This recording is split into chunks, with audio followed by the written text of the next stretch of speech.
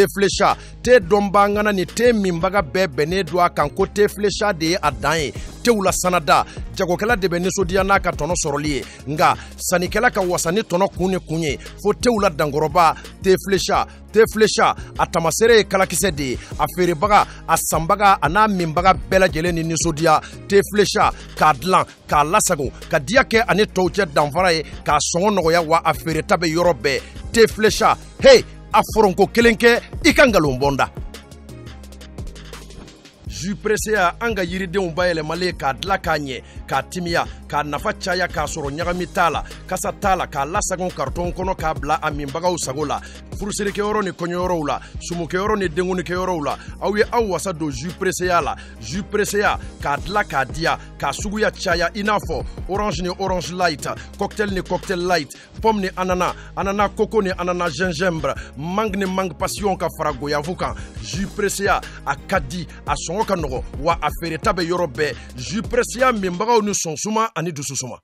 Établissement Ousmane Traoré Sisawane OTS afɔ jama jigi haju wasa k'aw ka kuran minanko hami ba pewu. Établissement Ousmane Traoré Sisawane OTS do aw ka ampoule OTS a batiri ta n'a kuranta pano fili ni kuran fili OTS pompe solaire kuranta ani batiri ta aw ka batiri jimaw ani gel n'o ye batiri blende ye dagabana téléviseur écran blaw a marque siya bɛɛ lajɛlen OTS la ɲinɛma kɛ min fɛnɛ kɔ lampadaire solaire do dukɔnɔta ni kɛnɛmata k'a ka salon ni chambre minɛ k'u suma dɔbɛ a fɔ humidificateur ani climatisation a kuranta n'a batiri ta fɔ ka taa se a ka réfrigérateur ni congélateur mɔ ka danfara bɔ dugubaw ni togodaw cɛ an filɛ nin ye daba naani na Bozola rue la Brime ka tɛngu kalilakaw ka duba la alimamina botigiba fila cogo mɛ ye daba naani na immeuble Touré la boutique numéro 24 ni boutique numéro 25 b'aw ka bila la ye ngoloni na ɲarela kaburu do tɛmɛnen kɔ i kundale kɔntɔrɔ ni sanɛ ka OTS boutique ba da yɛlɛn bɛ ye Kolokoro ta sira ka Moribabugu kɔnɔ i tɛmɛnen Moribabugu mairie la ni yi numabolo lajɛ OTS boutique da yɛlɛn bɛ ye ka yɔrɔjan dama fɛnɛ bɔ a ci la établissement Ousmane Traoré Sisawane OTS kɛmɛ ka ka boutique belebele da yɛlɛ immeuble Nimagala la kura tɛtinɛku do min lasɔrɔ ka di n'a mago jɔra an na a bɛ se ka weleli kɛ 77 50 50 89 wali kelen 76 97 39 45. RHM Najawaro en Kanumoro. Bonjour à toutes et à tous, bienvenue sur RHM Buzz, autrement dit au Bismillah, émission Mandi Kenega, RHM Buzz. Mon comédien du jour, Cheikh Nito. Ouais, salam alaikum. Wa alaikum salam. Gafure sumo bedi. Toroste. Dembaya kak. Besweste. Dembaya bedi. Baby. Sumo kak. Toroste. Yerazum. Kakene. Kakete kakene. Cheikh yoro an Cheikh ga jeune femme. Émission damno dan Cheikh ben ge ko fe. Abe soro ganyaka. Quand on a énergie. Lebe yoro mina nya fo dongo. Li banka énergie banka. Antese ka bulu sa. Oui, tu amano. Antese ali mure be ka naje ure ba ko sate wala ure segeno. Non abenya. Angol ba fo. Ah. Oubeklo bila. Bienvenue à toi. Merci beaucoup. Sananga se yoroja amande me bako funi ulu nga sponsor wi nga sponsor follow o te flechai te senyete mina te minyon te obela jirina belebele baba la fitini bala ni obora e ju presia ju mi fanana sogoru benino akai aka sentiment o bela jalen ko fe OTS su Ousmane Traoré ele au mogumana jo sogono mine fela ampoule climatiseur, réfrigérateur, batterie, courant, amokumana jo fena abese ka se uluka boutique bela jenena bamako kono mali fantan nani bela jelen ko nala Cheikh naam ami sanga invité uma bikadini kunu ye mo bawdo be kodon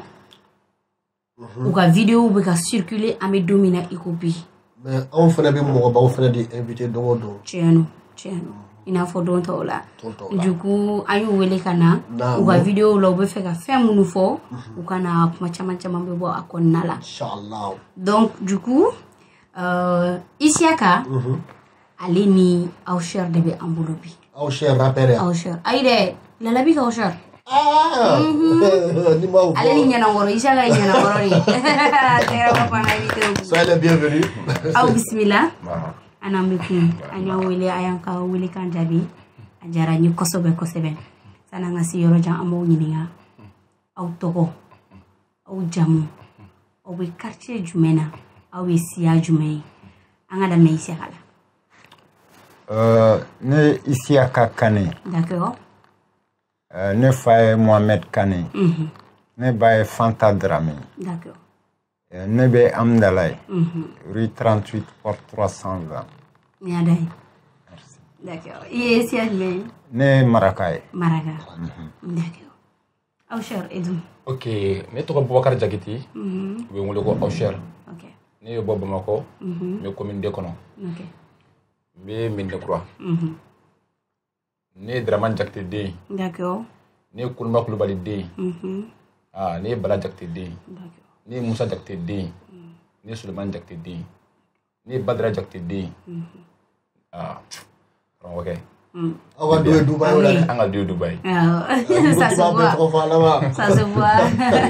D'accord. Au Famouna. Donc, il est fly. Oui, il est fly. D'accord. Au Famouna. Question que nous avons posée au Kumbi. Question galaman paté. Mais au fur et à mesure,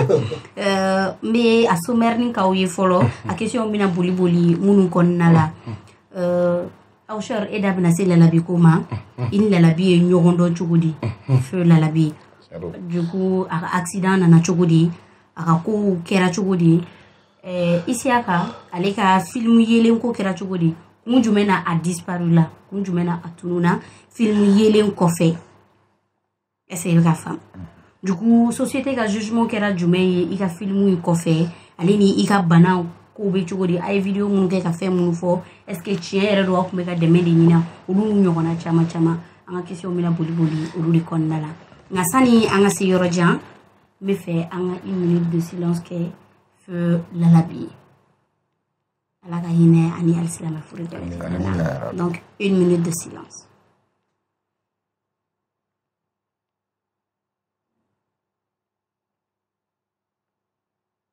Merci. Donc, on va une question ici, ça. Awcher, elle l'a bien on a joué. Alhamdulillah, mais befu, Mali konani Mali quoi quand mais befu, kabe wala ni mandon. Lalabi, nina y nyogondon préfère nasra de fait. Ok. Parce que né champion d'Afrique, nsirama, katanga fichi yirala. Ok. Doni kama, ay nyogoyi. Amna ɲɔgɔn dɔn cogo di nana fiche yira la donc Lalabi Gawusu Kalilu Berete a ko ma ko n ka bɔ a ka so n ko ka bɔ i ka so e kanubaga de ye nin ne bɛ se ka bɔ i ka so cogo di donc a ko ma ko Awcher ko petit ko na yan n ko non ko karamɔgɔkɛ ni ne gɛn ka bɔ i ka so kɔnɔ tan cogo la ni ne bɔra i ka so n ko o ma i ma a kɛra kalandenw ɲɛna a kɛra an jɛɲɔgɔn ɲɛna a ye n tan tɛgɛ ma an ɲɔgɔn ye donc an kɛlen ka ɲɔgɔn ye donc ne ka fiche yira la donc a sɔnna k'a jɔ appareil kɔrɔ donc a sɔnna fɛnɛ k'a jɔ n ka ko ninnu kɔrɔ o kama n wasalen bɛ ka kuma k'a sabu kɛ n'o y'a sɔrɔ maa de tun ye tɛgɛ minɛ k'a di Gawusu Kalilu Berete ma sisan m'a sɔrɔ maaw b'o fɔ mais ni Ala y'i tɛgɛ minɛ k'i d'a ma donc ma se k'i kunna da. D'accord. Problème ta là. Donc relation sugu jumɛn de tun bɛ aw ni ɲɔgɔn cɛ bras de fer ko ninnu tɛmɛnen kɔ. Alhamdulillah, n bɛ maliyɛn bɛɛ fo ka maliyɛn bɛɛ waleɲuman dɔn hali bi ka sabu kɛ Gawusu Kalilu Berete a ka cɛba dɔ tun ye ne ye a ka mɔgɔ tun ye ne ye a ka danayama dɔ tun ye ne ye a ka mɔgɔ dɔ tun ye ne ye a ka ladiri dɔ tun ye ne ye ne tun bɛ fɛn caman kɛ Lalabi nɔfɛ i n'a fɔ n bɛ Lalabi ma sécurité n b'o k'a nɔfɛ n b'a ka vidéo fɛnɛ filmer n b'a publier Facebook kan n b'a bila YouTube kan donc o de tun bɛ ne n'a cɛ. O de tun bɛ yen nɔ ɲɔgɔn cɛ d'accord donc restez connectés halisa Awcher da bɛna don Lalabi ko la ani Lalabi ka relation na ka ɲɛfɔ bɛɛ lajɛlen ye an bɛ taga fan wɛrɛ fɛ i ni ɲanamɔrɔ ye ɲɔgɔn dɔn cogo di Isiaka a n'aw ye ɲɔgɔn dɔn wagati jumɛn. Alhamdulillah, ne b'a fɔ n ko tabarikalizi n ko biya dili mulku wa wala kulusini kɛdurun mais Ala tanu de ka Ala barikada ne ɲanankɔrɔ an bɛ ɲɔgɔn dɔn cogo di ɲanankɔrɔ ye maa ye maa min ne diɲɛ de ta don wa malidenw bɛɛ ta don depuis an ka dɔgɔn ɲanankɔrɔ ka vidéo an b'a lajɛ depuis an fitinin depuis télé bɛ noir blanc na n'an bɛ bɔ an ka so ka taa lajɛ maa wɛrɛ ka so an bɛ ɲɛnankura ka vidéo an b'a lajɛ an b'a ka filmw lajɛ depuis o wagati ka sabu kɛ bamananya ka di n ye lanbekɔrɔw ka di n ye farafinya ka di n ye donc n'a laɲini ala fɛ n ko ni ala m'an faga ne bɛ fɛ ne ni cɛ in ka ɲɔgɔn ye o tun ye ne yɛrɛ Usher kun ka laɲini ye mais a ma bali n na n'a ye ɲɔgɔn ye n bɛ ala tanu de ka ala barika da ka sabu kɛ ala de ko wa maaw ta siɲɛ na ko la ilaha siɲɛ na ko sago tɛ jɔn na ko n'ale ala tɛ donc n'ale ye ko mun kɛ donc i b'ale ala fo ka barika da n'a ye ɲɔgɔn dɔn ka sabu kɛ n terikɛ dɔ de bɛ yen nɔ ko George donc n bɛ to ka ɲɛnankɔrɔ ka vidéo publier o de ko n ma ko Usher ko sagaba ka di i ye dɛ n ko kojugu n'i y'o fɔ dɔrɔn i dɔ bɔ a la n k'a ka di ni yɛrɛ de kojugu donc o de kɛra sababu ye a ko n ma ko Usher wa n bɛ sagaba ta ka na i k'a ye ɲɛna o de kɛra sababu ye a ye ɲɔgɔn dɔn donc a mɛn kosɛbɛ a tɛ tɛmɛ kalo kelen kan voilà d'accord o faamuna Isiaga an bɛna se e yɛrɛ ma sisan e ye théâtre baara daminɛ wagati jumɛn ani comédien i y'a daminɛ wagati jumɛn ani cogo di n bɛ ala fo n bɛ RHM mɔgɔw fo d'accord n bɛ ala fo n dɔgɔkɛ min sigilen filɛ n kɛrɛfɛ ni n teri don ni n kanuɲɔgɔn don n b'ale fo n bɛ ala fo n bɛ n ka denbaya bɛɛ fo n bɛ n den bɛɛ fo ne ye baara in daminɛ kabiri n fitinin basa ne y'a dɔn joli de la tɔw bɛ taa école la ne bɛ kalo 6 kɛ ne ka maître na kuma de ne bɛ taa so n bɛ kalo 6 de kɛ école la maître na kuma o ne ta kuma ye so maître si tɛ ne dɔn ni kelen-kelenninw bɔra a la wa o ye bugɔli de fana ye ne ye nin di de n ne bɛ fɛ de ka farafinna jɔ mais ɲɛ bɛ taa jɔ moyen na n bolo bamananw bɛ kuma dɔ fɔ ko dɔ buran ye dɔ ka jɛmɛ fɔla ye ne tugura jɛmɛ fɔlaw de nɔfɛ o ye ka u lagosi de ye ne tugura jɛmɛ fɔlaw de nɔfɛ Burama Fanɛ a ye n don piyeneya la n ye n to piyeneya la ale bɛ jɛmɛ fɔ n bɛ dɔn kalan na ka dɔn kɛ fo ka commencer ka taa biennalew la interquartier intercommune 84 de n yɛlɛmɛna ka don cinéma na mais depuis 1984 mais en 82 n ye théâtre bɔ daminɛ n ka œuvre fɔlɔ ye Sagaba ni Binta filanan ye Los de Morlam i n'a fɔ maliyɛn bɛɛ ni farafin tɔw y'a ye i y'a faamuya Los de Morlam ani Jifili kosɛbɛ en 84 Suleiman Sise réalisateur do a ye cinéma caman kɛ ale ye n contacté n ka sɔrɔ ka na yelen na ok o yɔrɔ faamuna mɔgɔ caman ye i dɔn film yelen de sababu la kosɛbɛ a ye succès kɛ kosɛbɛ donc o film ye idée bɔra min film yɛrɛ idée réalisateur ka idée mais pour que cinéma in ka ɲɛ mɔgɔ kelen tɛ cinéma kɛ ni comédienw tiɲɛna cinéma bɛ tiɲɛ mais comédien bɛɛ de ye nin di parce que an bɛɛ ko de fo farafinna ka jɔyɔrɔ la an jɔyɔrɔ ye min ye hakili la kabiri cinéma in bɔra fo bi farafin si t'a lajɛ n'i t'a i disi gosi n'a ye a ma maa fa tɔgɔ fɔ a ma maa ba tɔgɔ fɔ a ma maa ka fini don a ma don mɔgɔ ka so kɔnɔ a bɛɛ ye farafin fɛn de d'accord o fana faamuna yelen yɛrɛ kɔrɔ yelen n'i y'a jate minɛ farafinna mɛnna dibi la kojugu yelen k'a yira tɔw la ko anw ye fɔlɔ ye anw tɛ laban ye basa a diyara ye a ma diya ye bolo kɔni tɛ se ka yelen kunbɛn ok e ye place sɔrɔ cogo di film kɔnɔna la film kɔnɔ anw bɛ laadala dɔn dɔ de kɛ ko kaka ni solimadenw sigira nɛgɛkɔrɔ bamanan aw bɛ dɔn de kɛ aw bɔ don o dɔn de ye kaka ye et donc ganzan tɛ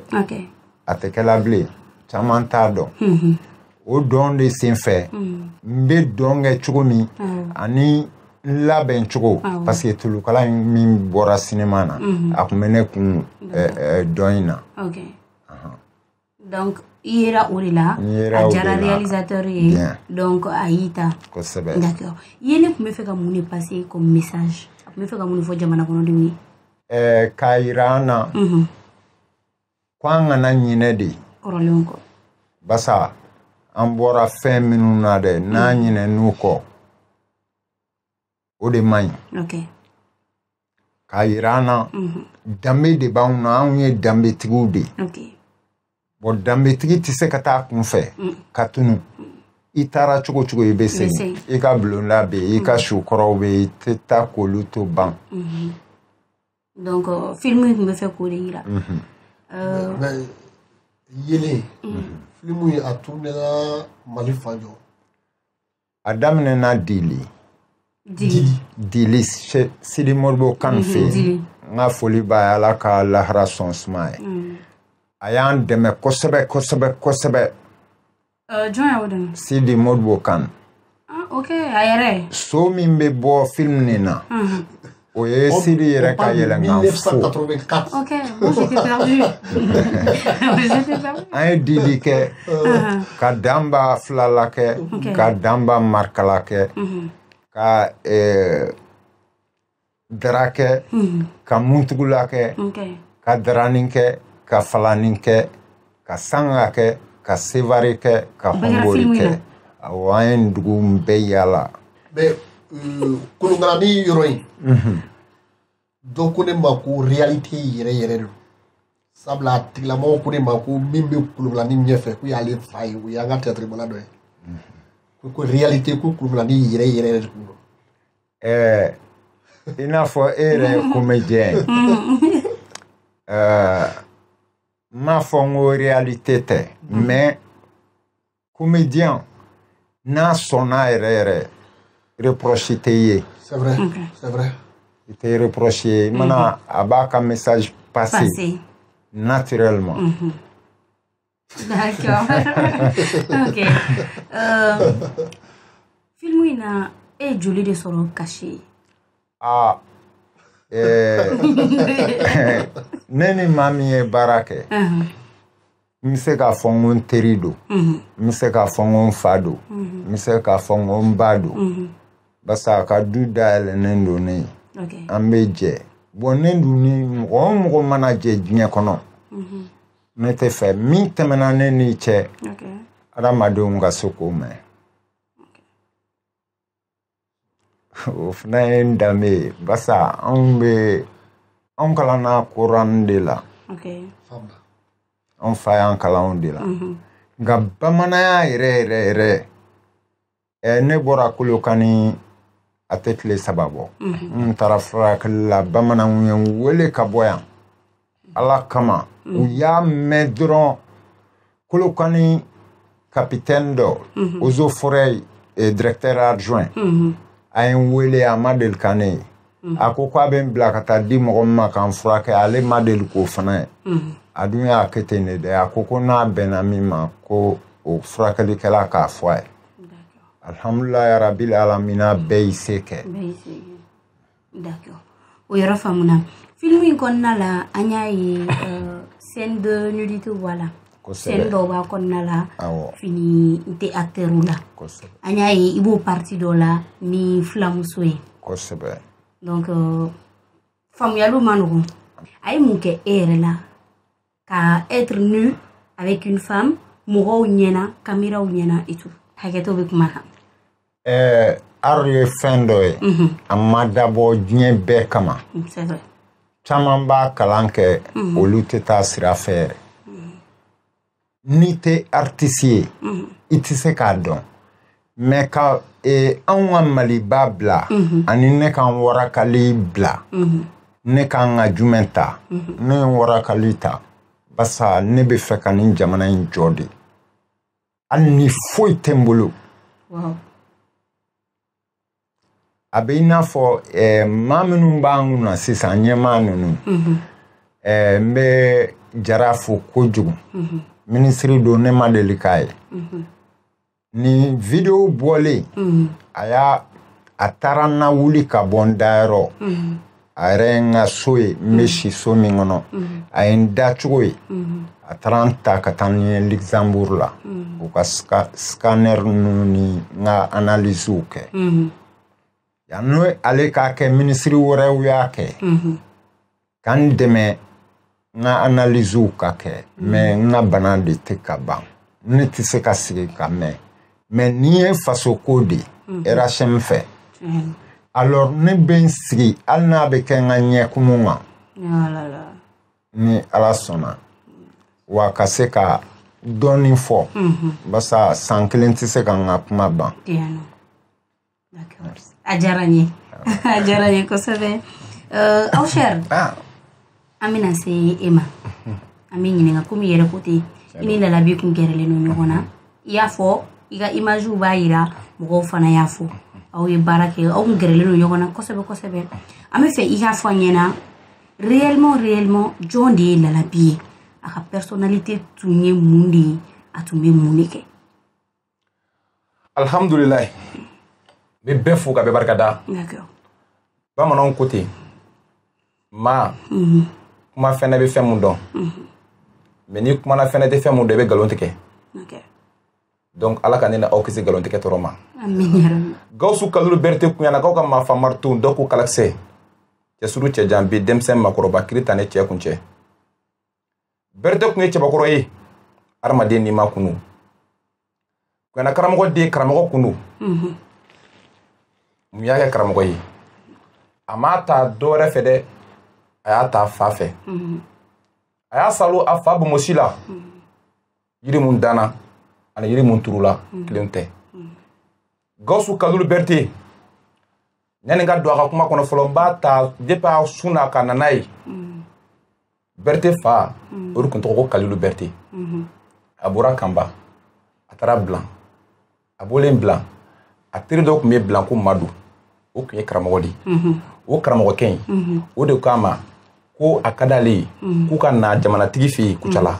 ko Kucala jamanatigi ko a kɛlen don k'ale wele u nana ɲɔgɔn fɛ Kucala jamanatigi a kumana Gawusu Kalilu Berete fa fɛ n'o ye Kalilu Berete a kumana a fɛ k'a ka aladeli f'a ɲɛna a ko k'ale bɛ se k'a kɛ a ye aladeli kɛ jamanatigi ye aladeli jaabilen kɔfɛ o kɛlen ka jaabi pewu donc a ko jamanatigi ma k'ale bɛna sira ɲini ko k'a ta ko k'a sabu kɛ fɛn b'a ale yɛrɛ kun kan o ka bon ale yɛrɛ kun ma jamanatigi ko ko o ye mun fɛn ye k'a ka di ne ye ka to ne ka jamana in kɔnɔ walasa i ka se ka i ka kɛ ne ka muru ye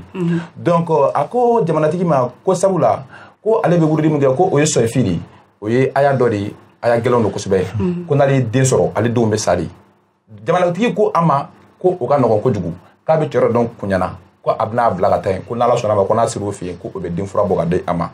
donc Ala y'a kɛ a fa wulila ka bɔ Kucala a selen Kuɲana donc a sera den fura bɔ de la Kuɲana kɔnɔna na donc ye den fura bɔ ka den fura di a fa ma donc a fa ye denw de sɔrɔ o kɔfɛ o denw bɛɛ jɔra a denw ma sa a ye den nangama mun sɔrɔ a kɔnɔna na a ye Fatumata sɔrɔ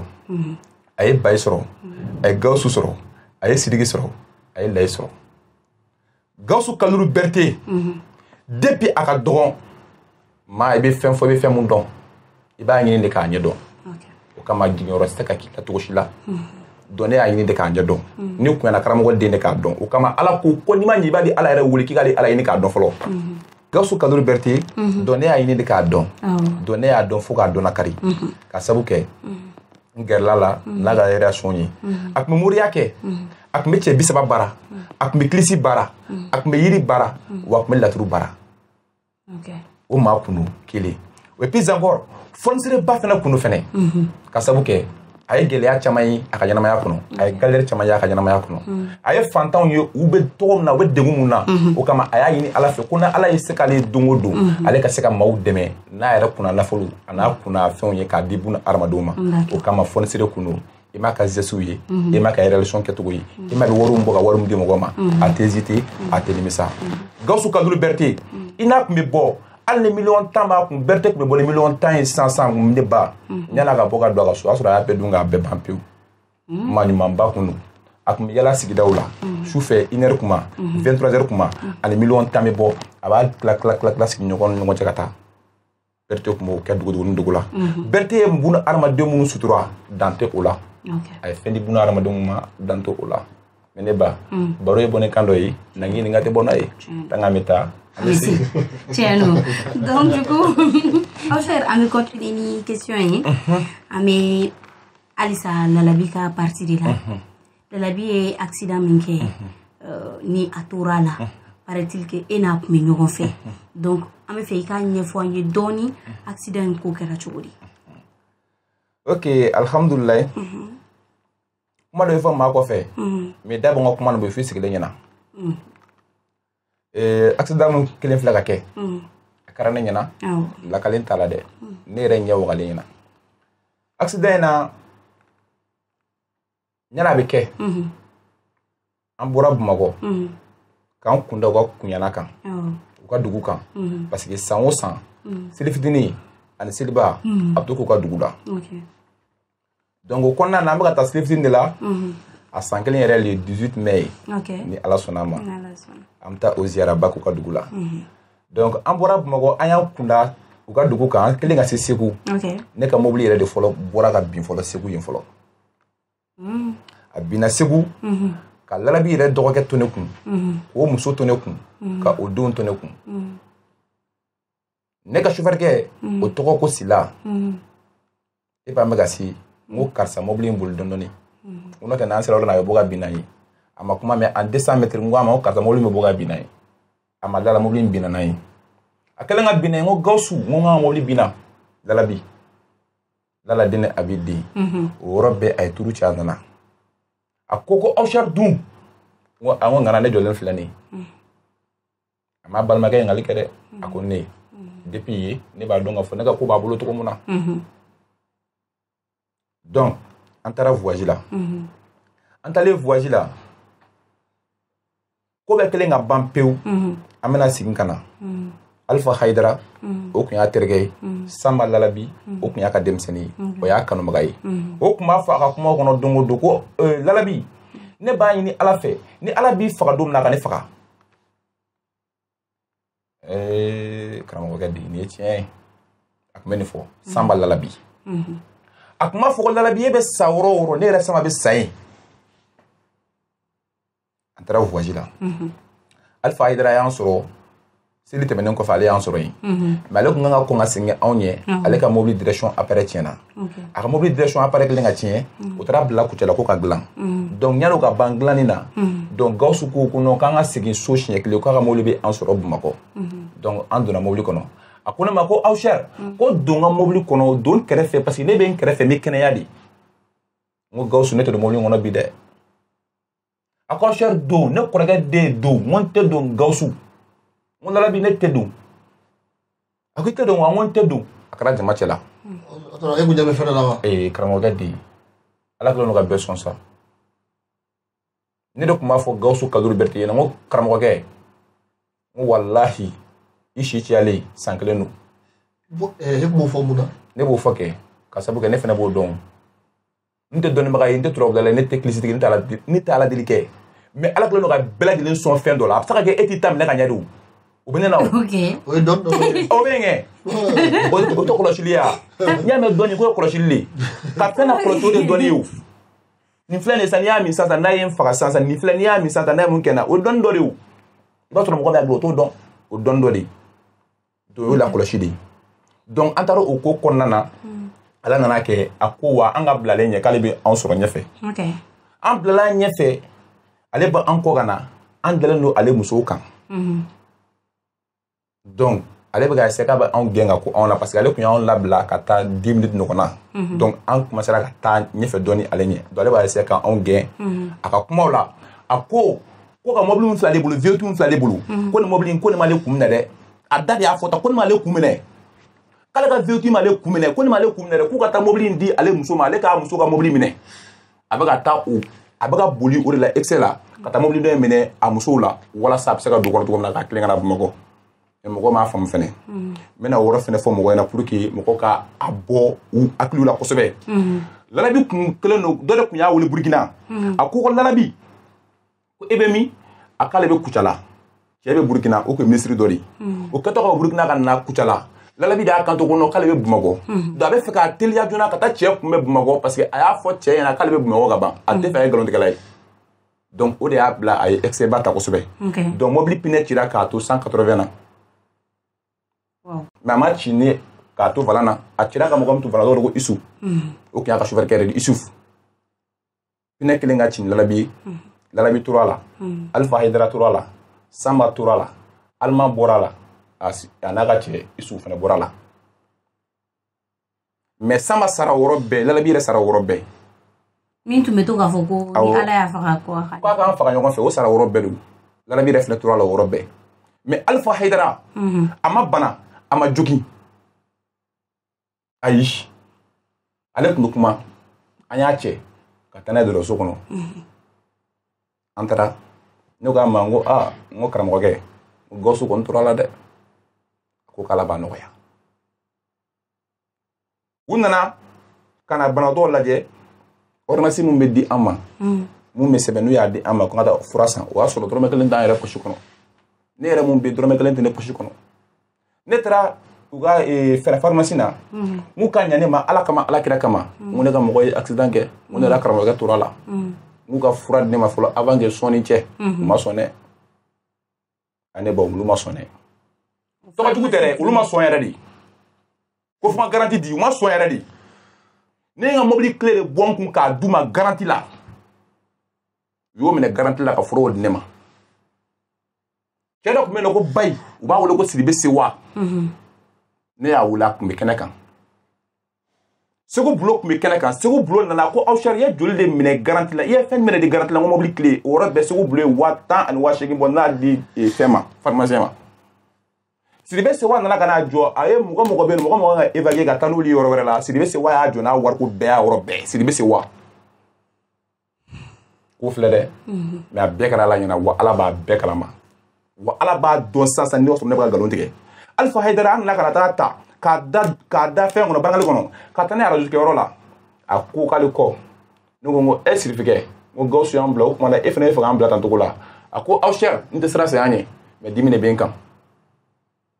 a fu ne ko ka kaliman kɛ na ne nana n ko ka kaliman k'a la ko ko c'est bon k'a ka ɲi ko ala tilala ka ko la kaliman kɛlen kɔfɛ ayi non non a ma sɔn ka tuguni ko k'o ka ɲi ko ala tilala ka ko la ka ban a y'a daminɛ wallahi a bɛ ka kaliman sariya fɔ ni ba a bɛ k'a fɔ fo ka taa fɔ ala b'a ni tigɛ f'a b'a fɔ k'a ka kuma laban ye ne tɛ yen a kɛra jimɔgɔ de ɲɛna Alpha Haidara k'ale sirifi de o kɛra nkalon t'a la dɛ ne ba nkalontigɛ maloya bɛ ne n'a ka nkalon tigɛ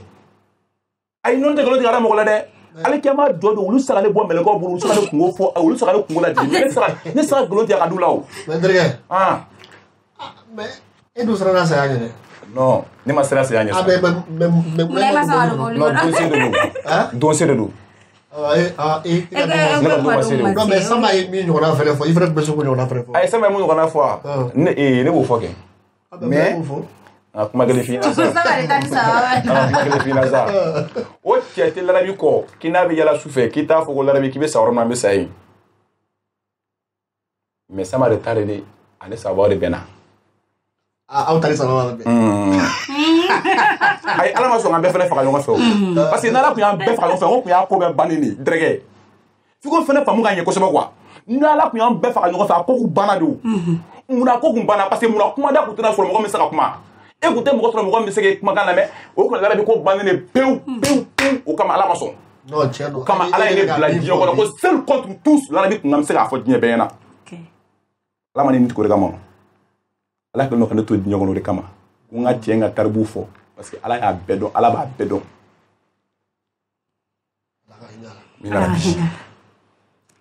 donc o de tun bɛ fɛ k'a f'i ɲɛna ok donc problème t'a la i sera ka an bɛ se e ma sisan film yelen bɔlen kɔfɛ mɔgɔw kelen k'a lajɛ est ce que fɛn dɔ falenna e ka diɲɛnatigɛ la o kɔfɛ fɛn fɔlɔ min falenna o ye farafina sira ka pajanta basa kabra bora film yelen na film ma kɛ farafina ko okay a waru le bi se ka caya a bi se ka jɛnya nga se ka farafin kungo fɔ wa ti se ka tubabu bɔ ɲɔgɔn kɛ fobi kabri 87 bɔra la ki ibi ma do tubabu la ni tubabu zirin i bi te ka fɛn sɔrɔ ni tubabu zirin mais i ti se ka sɔrɔ farafin tɔgɔ la farafin yɛrɛ ka yira fɛn min yɛrɛ de ye anw farafin ye dɛ a kɛra siɲɛ kelen de kan o de yelen ye diɲɛ télévision bɛɛ ye dɔ bɔ a la alors min falenna ne ka diɲɛnatigɛ la n yera diɲɛ dugu bɛɛ la n dɔnna diɲɛ dugu bɛɛ la kabiri n banana fo sisan dugu tɛ yen min dugu maa dɔ tɛ ka ne wele hali ni dɔw bɛ da duwawu dɔrɔn ma duwawu yɛrɛ ye fɛnba ye alors o ye n ka vie yɛlɛma n'o tɛ fɛn kɔni fɛn ye ala ta ye ayi sinima ma se théâtre ma se foyi ma se basa ma kɛ olu kama ne y'a kɛ n faso de kama problème voilà kɔrɔ naam est-ce que yelen kɔfɛ ni bɛ k'i wele kɔrɔ kun min na o ye an bɛ baara kelen mun kɛ min wele kɔrɔ ni wele kɔrɔ o sira fɛ est-ce que yelen kɔfɛ succès ba mun sɔrɔla i ni tubabu wɛrɛw fɛnɛ film wɛrɛw fɛnɛ baara kɛ ɲɔgɔn fɛ wa oui Med Ondo min bɛ n t'a dɔn ni bɛɛ b'a dɔn ale tun ye Mauritanien de mais a ka studio bɛ France Eddie Murphy ka Imprince à New York min y'o kan fɔ tubabukan na Imprince à New York voilà o de ye Med Ondo ye a ye film dɔ tourné an y'a daminɛ 92 Paris an nana laban Mali kɔnɔ yan o bɔlen kɔ ni canadien dɔ ye baara kɛ réalisateur canadien dɔ mais production hollywoodien do Monique Cruyère Céline au Mali an y'o kɛ long métrage do o tɛmɛnen ka bɔ yen hakili tɛ a bɛɛ ye basa bana in kelen do kan tɔɔrɔ kojugu n ye sinima caman kɛ n y'a kɛ maliyɛnw fɛ ka caya n b'a réalisateur bɛɛ fo ni minnu jɛra ka baara kɛ n paralen do tout le temps u mana n wele su mɛn na u mana n wele tile mɛn na basa ne yɛrɛ ka karamɔgɔw de yira n na Balamusa Keyita ala ka hinɛ a la a ko fɛn kelen min ka ɲi art kɔnɔ anw danbe la ni maa o maa y'i tilen ma ko n bɛ fɛ i ka bɔ n ka sinima na o kɔrɔ ko a nana a f'i ye de k'i k'a dɛmɛ i bɛ se dɛmɛ min na i b'o de ɲɛsin a ma n bɛ Mali artiste bɛɛ fo yen fan fɛ basa fɛn t'a si kun a bɛɛ bɛ ɲani de la su ani tile foyi t'u fɛ mɛ u nɔrɔlen do u ka art la d'accord o yɔrɔ faamuna film yelen bɔlen kɔfɛ i ka entourage ka jugement kɛra mun ye u ye mun sɔrɔ ka film par exemple i ka famille et tout bon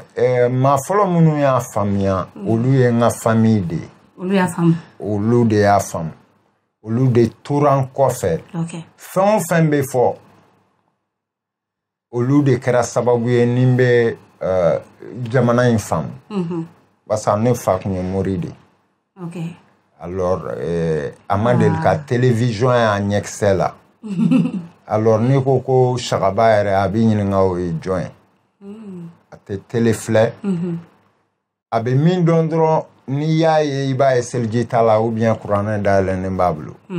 mɔgɔ si m'a fɔ ko a y'a ye ko wɛrɛ la bilen ne yɛrɛ kɔni ne bangena ten ka kɔrɔ ten fo ka taa s'a ka saya ma a bɛ ten kosɛbɛ d'accord kana fɔ ko o den kɛra catiribɔla ye a ma nɔgɔn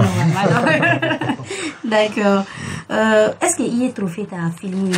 il est prix d'autre ne personnellement ne m'a pris ta mais film est prix ta d'accord me se ka fɔ n ye prix kelen min ta farafin comédien bɛɛ n kɛra u ka fierté voilà alors o bɛ bɔ kosɛbɛ d'accord fulamuso min tun bɛ film in na est-ce que i b'a ka nouvelle dɔn a kɛra mun ye sa Awa Sangare ne ye n denmuso fɔlɔ tɔgɔ d'ale ba dilan tellement an ye ɲɔgɔn kanu baara in na film kama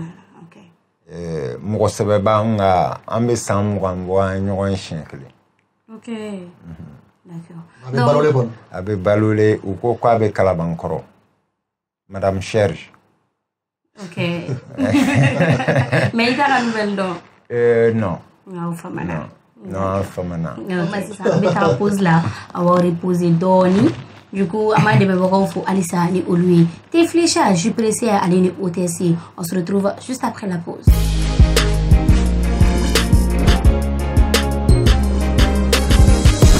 Teflecha te dɔnbangana ni te minbaga bɛɛ bɛnnen don a kan ko Teflecha de ye a dan ye tew la sanada jagokɛla de bɛ nisɔndiya n'a ka tɔnɔ sɔrɔli ye nka sannikɛla ka wasa ni tɔnɔ kun ni kun ye fo tew la dankɔrɔba Teflecha a tamasere ye kalakisɛ de ye a feerebaga a sanbaga a n'a minbaga bɛɛ lajɛlen ni nisɔndiya Teflecha k'a dilan k'a lasago ka diya kɛ ani tɔw cɛ danfara ye k'a sɔngɔ nɔgɔya wa a feereta bɛ yɔrɔ bɛɛ Teflecha hey a foronko kelen kɛ i ka ngalon bɔnda jus pressé an ka yiridenw bayɛlɛmalen k'a dilan k'a ɲɛ k'a timiya k'a nafa caya k'a sɔrɔ ɲagami t'a la kasa t'a la k'a lasagon karton kɔnɔ k'a bila a minbagaw sago la furusirikɛyɔrɔ ni kɔɲɔyɔrɔw la sumukɛyɔrɔ ni denkunikɛyɔrɔw la aw ye aw wasa don jus pressé la jus pressé k'a dilan k'a diya k'a suguya caya i n'a fɔ orange ni orange light cocktail ni cocktail light pomme ni ananas ananas coco ni ananas gingembre mangue ni mangue passion ka fara goyavu kan jus pressé a ka di a sɔngɔ ka nɔgɔ wa a feereta bɛ yɔrɔ bɛɛ jus pressé minbagaw ni sɔnsuma ani dususuma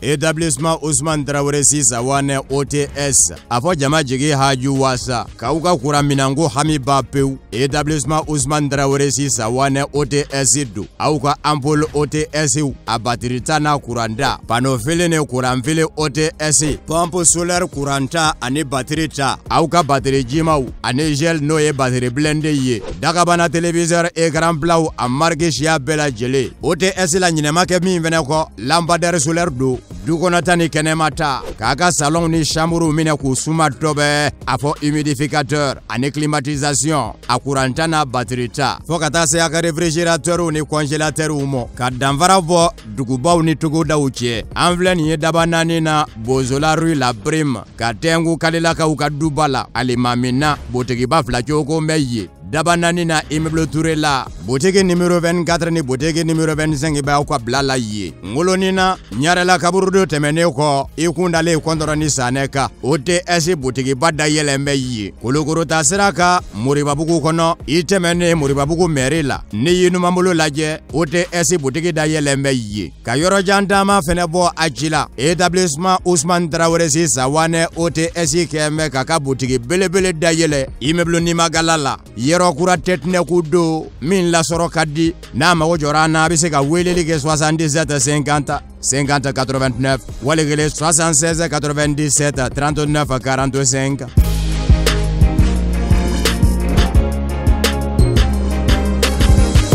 On est de retour sur le plateau RHM Ladjabogo en Kanubogo. Aklina Jigina, artiste moumé en boulobi. Lui, ici à Kakane, alias Nyanangoro, Alini Aucher, Lalavika Aucher. Ici à Ga, Amina c'est RMA 600. Ame domine ko bi ibe bara jumene ke ibe bara dola an be domine ko bi nakoni ndo be mbulo am dalay mbe école so ko fela au franc men janto école so la me ko kono na au franc 100 mbe artiste wele me festival organisé les sabat ou artiste bebina fou u bɛɛ ta nte transport di mɔgɔ ma foyi nga mba bɛɛ kɛla commune 3 ni commune 4 kama walasa bɛɛ ka se ka I niyɔrɔ sɔrɔ ar la n'a fɔra k'i ka taa Safi Jabate lajɛ I bɛ wariba de bɔ ka taa lajɛ mais Safi bɛ na ka na jouer a tatɔ bɛ wari jan a di tɔw ma minnu bɛ se ka taa u ka so alors n b'a fana fo ye problème t'a la mais u ko I bɛ festival min kɛ wɔɔrɔ la tan awɔ k'i b'a kɛ Ala ka hinɛ an ka jelimuso la Mamu Jɛma kosɛbɛ basa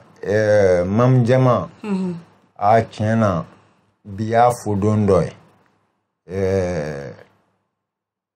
n'i ye ne ɲininka ne b'a ŋo jeli kun tɛ Mamu Jɛma o Safi kɔrɔmuso Safi kɔrɔmuso ok d'accord n'i ye ne ɲininka ne b'a ŋo jeli kun tɛ hɔrɔn dan de don hɔrɔn kan ka maa min ma balima o de kun don kabiri a tugura n kɔ a y'a kun biri de k'a tulo ci a tulo tɛ maa si ka kuma mɛn a ko n cɛ fo ka taa s'a saya ma yan'a ka sa a y'a denw de kalifa na o de y'a to ne y'a den kelen tɔgɔ bi da dɔrɔn o kɔrɔ ko ne kana o question répond parce que a y'u kalifa na de nka mɔgɔ caman ko an ka questionnaire kɔnɔ kosɛbɛ I furumuso de kun don awɔ n furumuso de kun don n y'a furu 91 ok ale sara 2002 a fatulen n ko n denw n tɛ se k'u ye n ɲɛna alors n ko fo n ka teliya ka muso furu n ye tubabu musow de to ye dɛ ka Bamakɔ musow to ye ka taa n fa ka dugu la ka taa muso in furu ye hɔrɔn dafalen don kabiri a nana a sɔnna k'i sigi a b'a dɔn dɔrɔmɛ kelen tɛ n fɛ a bɛ tile kungo la kuma dɔw la basa a tɛ ne fɛ nka n'i y'a ye kuma o kuma hali n'i y'a ye sisan I b'a sɔrɔ a nisɔn ka di basa an bɛnn'o de kan ne ye artiste de ye a digirila cogo cogo I nisɔndiya n balimaw ni n somaw ni maa tɔw fɛ a sigilen b'o de kan kan n bɛ se k'o yɔrɔnin seereya tigɛ sabula an bilala ekɔliso dɔ bɛ yen an delila ka taa dɔ ka compétition na ye kosɛbɛ o b'a sɔrɔ ne jɔlen tora da la dɔrɔn a bɛ ka taa sugu la a ye ne ye dɔrɔn a ye ne fo ne fana y'a fɔ ne ko ne ba ko somɔgɔw a ko ne ma ko I filila ne ma ne ko ne ba ko Sagaba muso de ye ne ne ko Sagaba ko yelen a ko awɔ ko e yɛrɛ de ko muso de ko so filɛ nin ye ayiwa n'an ye foli kɛ dɔrɔn ka taa la ale fana ye maladiriba n'i ye foli kɛ ka sɔrɔ n m'ale fo a man ɲi ma basa u ko fa bɛ na a sɔnna k'i sigi u ko ni cɛ in ye maa kuntan ye a sɔnna k'i sigi u ye fɛn o fɛn fɔ ma a sɔnna ni bɛɛ ma k'i sigi alors ni m'ale fana fo a man ɲi n bɛ ɲamina bɛɛ fo ale sababu la fana mama kuma d'accord ɲininkali min bɛ n fɛ sisan wagati min na I tun bɛ succès la wagati min na I tun bɛ ka baara kɛ tubabuw fɛ I tun bɛ ka baara kɛ farafinw fɛ munna o wagati la I m'a laɲini ka fɛn dɔ labɛn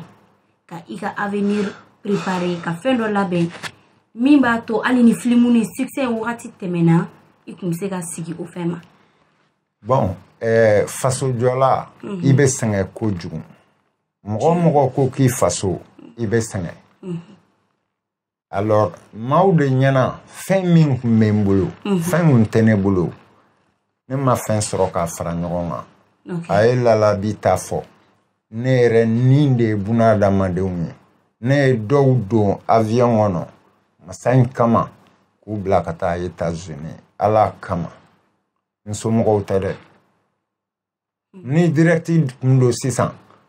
jama de bɛ weleli kɛ n b'i bila ka taa Ala n'a kira kama misikara jarati a tɛ don ne ni cɛ I yɛrɛ de b'a wari a fɛn bɛɛ bɔ ne ko n faso de k'a fɔ ko n t'a dɔn ko bi gɛlɛya bɛ se k'an sɔrɔ a hali ni mun y'o dɔn ne ko n faso de problème t'a la I ka kuma la an bɛna se Awchar ma. Awchar, i y'a ɲɛfɔ an ye cogo min na i ni Isiaka ye ɲɔgɔn dɔn. Mais an bɛ fɛ k'a dɔn kun jumɛn na i y'a filmé k'a bila réseaux sociaux kan pour demander de l'aide. Vidéo in kun ye mun de en réalité? Mais ala fo. Ni ye telu ye fini pasila kunna kana maa ɲininka dɛ ni ɲama ka baara don. Ni ye telu ye fini pasila kunna kana maa ɲininka fini ɲama de ka baara don. Ok, d'accord. Donc fo a bɛ ka yɛlɛ ni kuma in na kuma in ka girin kojugu aw ma ka girin aw ma parce que ni aw tiɲɛ fɔlɔ ka nin kuma in mɛn. Aw ɲɛ b'a yɛlɛ ko yɔrɔ. Donc mun ye n bila ka nin ko in kɛ parce que ne yɛrɛ ye Mani Buwade ye duba kɔnɔ den tɛ siran dɔn ka wolo commune de la ka mɔ mɛ Nɛkura o ye defu de y'i bolo ka baki échoué o bɛ se ka dépa yɛrɛ la. Donc mun ye ne bila ka ɲɛnabolo ka fɛn in ta k'a kɛ parce que ne ye duba kɔnɔ ko bɛɛ ye ne ye sigida ko ye ne ye quartier ko ye ne ye galère na sugu bɛɛ ye donc ne ye tɔgɔtigiw ye ka nafolotigibaw ye k'olu ka tila k'u lajɛ bi donc hinɛ kama magari kama donc ne ye fɛn sugu n b'a kan walasa mɔgɔ minnu bɛ yen ni gɛlɛya b'u la fantanya b'u la maɲumako dan y'u ta ye position foyi t'u ye ne bolo k'a fɔ a nana o de kama a ma na tiɲɛli kama don min na min ɲɛnakɔrɔ ye don min na n'a y'i ɲɛkɔrɔ n'a ka condition ye don min na o ni bi tɛ kelen ye o makari ka bon ka tɛmɛ bi kan siɲɛ 100 Mashallah. n'a ye dɔrɔn ja tigɛra n'a bila minɛ mun kɔnɔ o don o ye minɛ caman ye mais n ko ko bɛ ɲɛnabɔ mais masaya m'a ta la nafolotigi k'a bila kunna ni sini fantanya ye fantan k'a bila a kunna ko sini sɔrɔ ye banabatɔ k'a bila kunna ni sini kɛnɛya ye wa kɛnɛbatɔ k'a bila kunna ni sini bana ye donc ne fa n ko ɲɛna kɔrɔ n ni ala sɔnna ma ne kɔni ye cogo mun na a ma ne kun minɛ mais ni ala sɔnna ne bɛna welewele lase maliyɛn bɛɛ ma farafina bɛɛ ma ni ala sɔnna ma ne farafina ye mun sɔrɔ k'a d'i ma o b'a sɔrɔ o de ye garijɛgɛ ye n ko donc ne bɛna o de ɲini n ko k'o d'e ma parce que e bɛ cogo mun na n ko vraiment i ka situation man ɲi banajugu b'a la dɔɔni min kama fura t'a bolo k'a san fantanyajugu dan y'a ta ye mais k'a fɔ ko denw t'a bolo denw b'a bolo dɛ somɔgɔw b'a la dɛ bokolotigi don dɛ mais ale ye diɲɛ de ta ye ale tɛ a somɔgɔw ta ye o ale ye farafina de ta ye ale ye maliyɛnw de ta ye donc ne m'a ɲini balima kunda ne m'a ɲini a denw kunda ne m'a ɲini a somɔgɔw kunda ne ko malidenw malidenw olu de ta ye nin ye o an de bɛ se k'a ko k'a jɛ an de bɛ se k'a sanuya k'a sabu kɛ a y'an fasow a y'a kunna wolo donc n ka laɲini kɛra o de ye ka wele lase bɛɛ ma maa ta tɔgɔ ma ne maa o maa i se kɛra mun ye i bɛ se ka mun k'a ye dugu la i bɛ se ka mun k'a ye kɛnɛ kan da kan ala kama taa k'a ye se in tɛ a bɛ ban jinatigɛ tɛ yan a bɛ ban manisiya yɛrɛ bɛ ban donc o hakilina yɛrɛ nana walasa ma ka video kɛ n'a ye walasa ka wele lase mɔgɔw ma o bɛ se k'a dɛmɛ cogo min na ka sabu kɛ ni n'an ka acteur ba ye donc an man ka ye galère kɔnɔ donc hakilina yɛrɛ nana na. D'accord. Awchar, vidéo in kɔfɛ aw ye dɛmɛ sɔrɔ wa? Alhamdulillah an ye dɛmɛ sɔrɔ. An ye dɛmɛ sɔrɔ kosɛbɛ. Ok. Ka sabu kɛ maa kelen ka dɛmɛ tɛ dɛ. Diɲɛ ka dɛmɛ. Ok. Parce que ne ye wele lase diɲɛ ma. Ala sɔnna diɲɛ y'a jaabi. Ok. Diɲɛ y'a jaabi. Diɲɛ bɛ ka dɛmɛ k'a ye. Mun se kɛra 100 ye mun se kɛra 200 ye mun se kɛra 400 ye mun se yɛrɛ kɛra 1000 ye wallahi o bɛ k'a bɛɛ d'a ma mashallah wa a yɛrɛ b'a fɔ ɲɛna fɛnɛ donc n'u bɛɛ fo hali bi ka u fo u ka cɛsiri n'u ka timinanja la hali bi k'u fo laɲini minnu fɔra laɲini minnu bɛ a dusukun na yarabi ama mɔgɔ y'a kɛ ala ka latigɛ donc a se bɛ ala de ye k'a kɛ donc mi bɛɛ fo. D'accord an ka ɲininkali laban ni rubrique kɔnɔna la n'o ye actualité ye o ye mɔgɔ caman ko k'i bɛ vidéo kɛ pour demander de l'aide ka aide demander ka dɛmɛ ɲini mɔgɔw ye c'était mɔgɔ minnu ye dɔw ko i b'a kɛ ala kama dɔw fana ko k'i b'a kɛ ko parce que i b'i ta sɔrɔ ala kumakan jumɛn de bɛ e bolo ka fɔ tigiw ye donc ne bɛ mun fɔ olu tigiw ɲɛna u ka lamɛn ka ɲɛ ko dimɔgɔba mana bokɛla mana fɛɛrɛ o fɛɛrɛ tigɛ dimɔgɔba ko k'a b'a bɛɛ kalama donc ni kuma minnu filɛ nin ye a ma se ne kan yɛrɛ fɔ mais n bɛ n da don n yɛrɛ la dɔɔni n bɛ n da don n yɛrɛ la cogo di ne ye Mali Buwaden de nugubara yɛlɛ an b'a bisi k'a dun ka ji k'a la to guwanni an b'a dun ŋɛɲɛnkini an b'a dun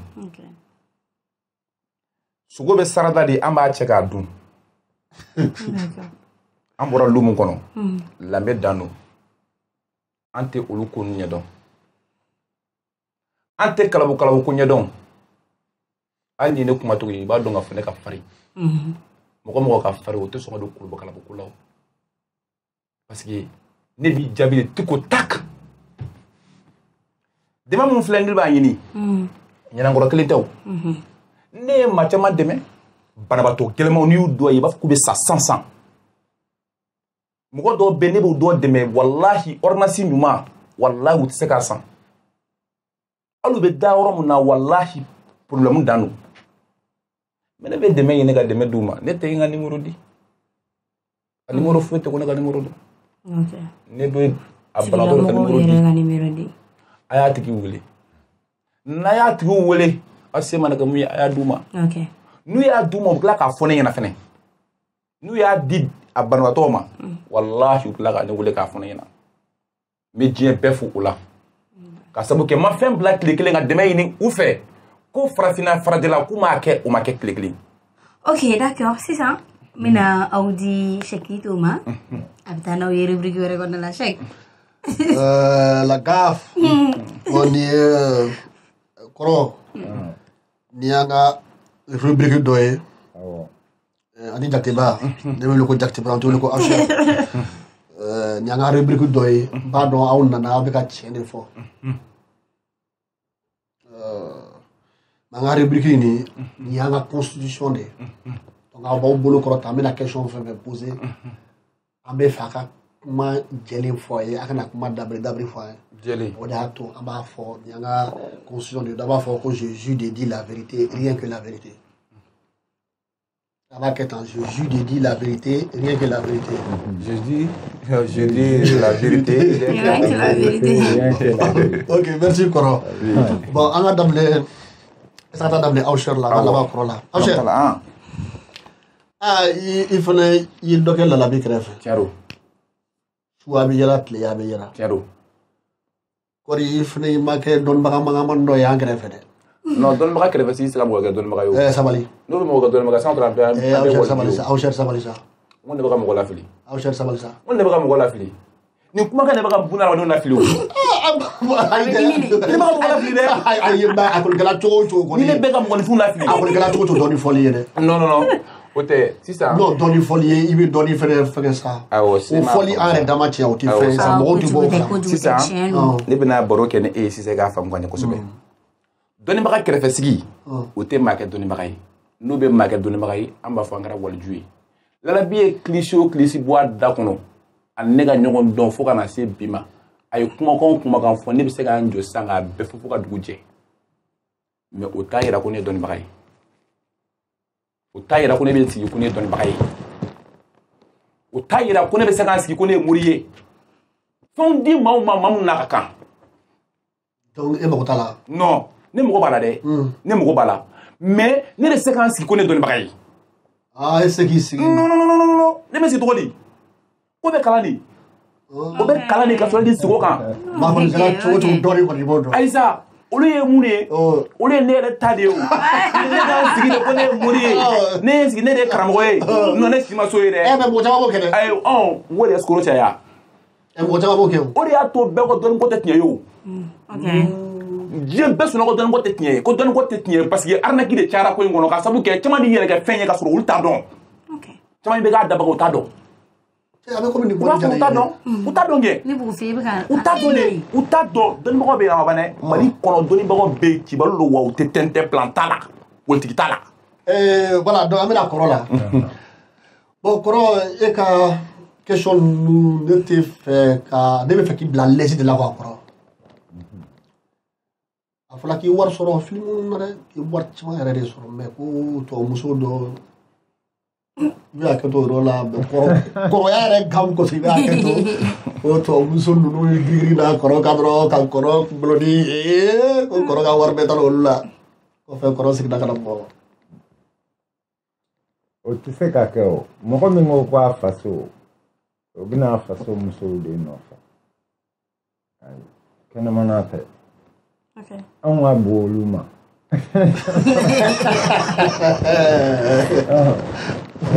tubabumuso ko in dun filɛ nin ye caman y'a fɔ dɛ i b'a hakɛ to n bɛ tila ka woro sara mais kɔrɔ i ka contrat ninnu bɛɛ la ni ka interview dɔ kɛra i ka contrat ninnu bɛɛ la i ko ko film kelen dɔrɔn de k'i wari sɔrɔ a la ko sinon ko tɔ ninnu si ma wari sɔrɔ parce que n'an y'a ye bi ko mɔgɔ bɛ k'a fɔ ko ka dɛmɛ kɛ dɛmɛ ye dɔwɛrɛ c'est parce que ça ne va pas maintenant alors que i ye baara dɔ de kɛ normalement i kan ka wari de sɔrɔ mais i ko k'i ka contrat ninnu bɛɛ la ko contrat kelen dɔrɔn de ko i sarala normalement yɛrɛ ko i ni réalisatrice min ye baara kɛ tan Monique Courrier oui c'est une réalisatrice je crois k'i ye wari yɛrɛ de sɔrɔ a la ko sinon tɔ ninnu na k'i ma wari sɔrɔ a la bon n'a sɔrɔ o fɔra peut-être a ka cachet di cogo sinon de dire que n ye fɛn de sɔrɔ non cinéma si tɛ yen min ni ye fɛn sɔrɔ parce que an ma kɛ fɛn de kama quoi donc n'i y'a faamuya e yɛrɛ ma donc n'u wele dɔrɔn ka taa non u tɛ n wele ka taa dɔ bɛ dɔ d'i ma aw bɛ sigi ka papiyew signé wari dɔ bɛ d'i ma mais k'a sɔrɔ e ka objectif t'o ye ne ka objectif de ye bibi na filɛ yɔrɔ min dans le cinéma diɲɛ yɛrɛ kɔnɔ n bɛ cogo min cinéma bɔlaw bolo ne tun b'o dɔrɔn de ɲini k'an imposer ka farafinna sen don a la k'an imposer. Mais e ma inscrit droit d'auteur la non tɛ sara k'i ye san san i ka film mun taara inscrit la a droit tɛ na ye bɔ san san non n y'a fɔ n ka kuma daminɛ na kalan o ye ne jɛ ne bɛ kuran de dɔn o kɔrɔ ko n b'a bɛɛ de dɔn parce que ala y'a bɛɛ de fɔ k'a bɛɛ sɛbɛn n b'a bɛɛ dɔn n'i b'a bɛɛ dɔn i bɛ kɛ tan. mais kɔrɔ i b'a dɔn i ka film min yɛrɛ kabakoba yɔrɔ ka bɔ an Nasserba sela ma awɔ an ɲɛ fɔ i ni denni bɛ kɛ yɔrɔ min na parce que mɔgɔ caman y'o yɔrɔ de ye a ye mɔgɔ caman kabakoya mɔgɔ caman fɛnɛ bolo o de kɛla kabako ye tubabuw bolo parce que farafin film na ka excusez-moi du terme ka mɔgɔ yɛrɛ langolo ye kabako de don e yɛrɛ i kɛla cogo di bon a kɛra n ye n ka parce que ne ye art de kalan bon art la i n'a fɔ e yɛrɛ ye comédien foyi ma deli ka ɲini fɛ hali ni wari t'a la k'i m'a kɛ mais est ce que bi a regret b'i la non parce que n'a sera ka fɔ i tɛ don langolobɔ film est ce que a regret b'i la bi non parce que fɔlɔ tuma min nin bɛ bɔ ne tun bɛ cɛkɔrɔba ni denmisɛnninw ye ka porno la u bɛ ka dɔ de warakalen lajɛ bamakɔ yan awɔ bamakɔ dɔrɔn farafinna fan bɛɛ a bɛ dɔw ka telefɔni kɔnɔ hali bi alors i bɛ ka min lajɛ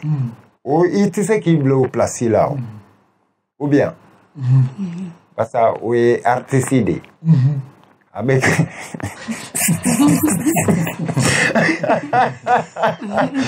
grand frère oui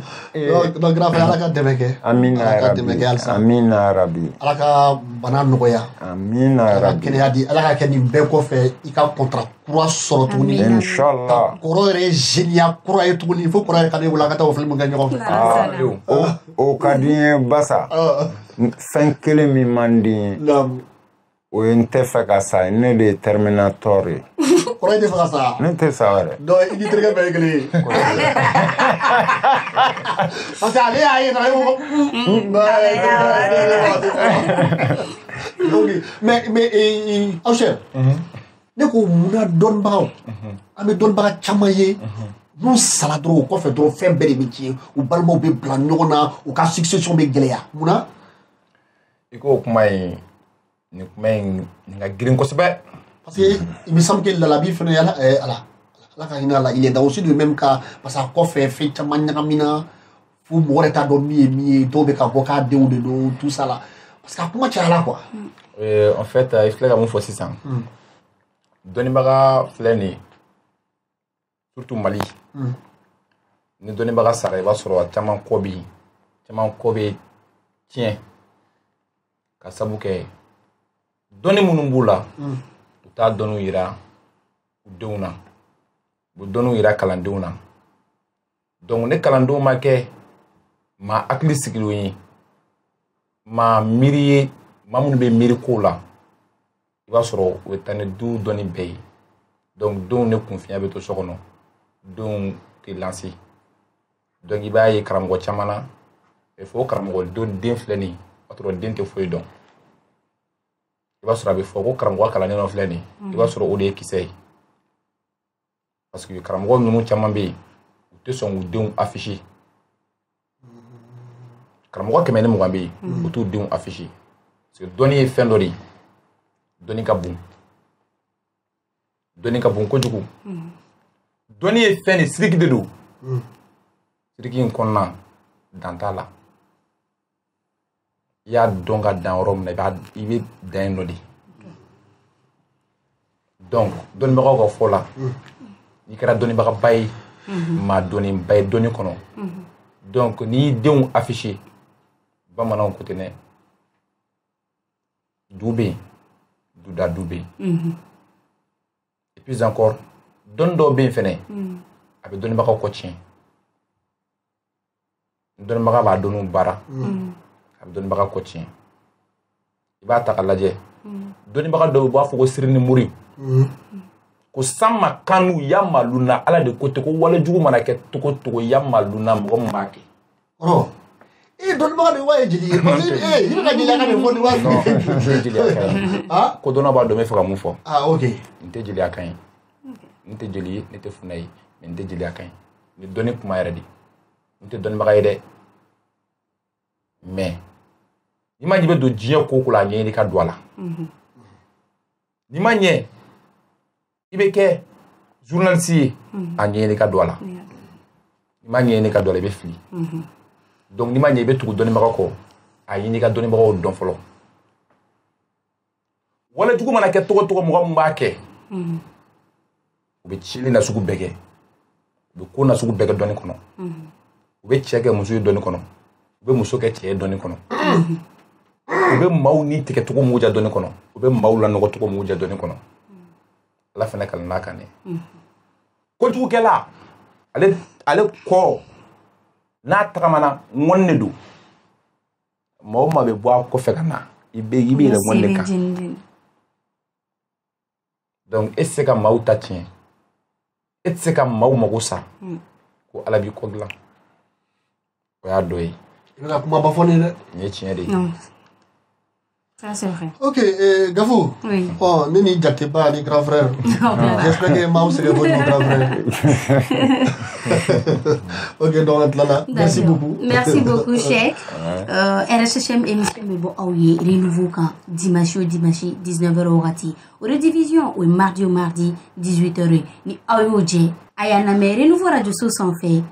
Jeudi au jeudi 19h au rati. On me fait un sponsorisé. On va se faire 71 44 12 08. Walmani a fait un t-shirt. Walma un casquette sans. On va se faire 78 00 24 24. Aïe continue à abonner à ça à la plateforme Bella Chetina. Amita la rubrique où elle connaît là. À quoi photo blaler moi mes questions posées. Aïe do taula. Aïe nous poser. Anclara kado fanatata. Kerengere ala kolunu togota donc ambo olu poser aw kun anga foli be se atigila mo bela jelema anga mo folo ale Kunimba Zie Sanoui.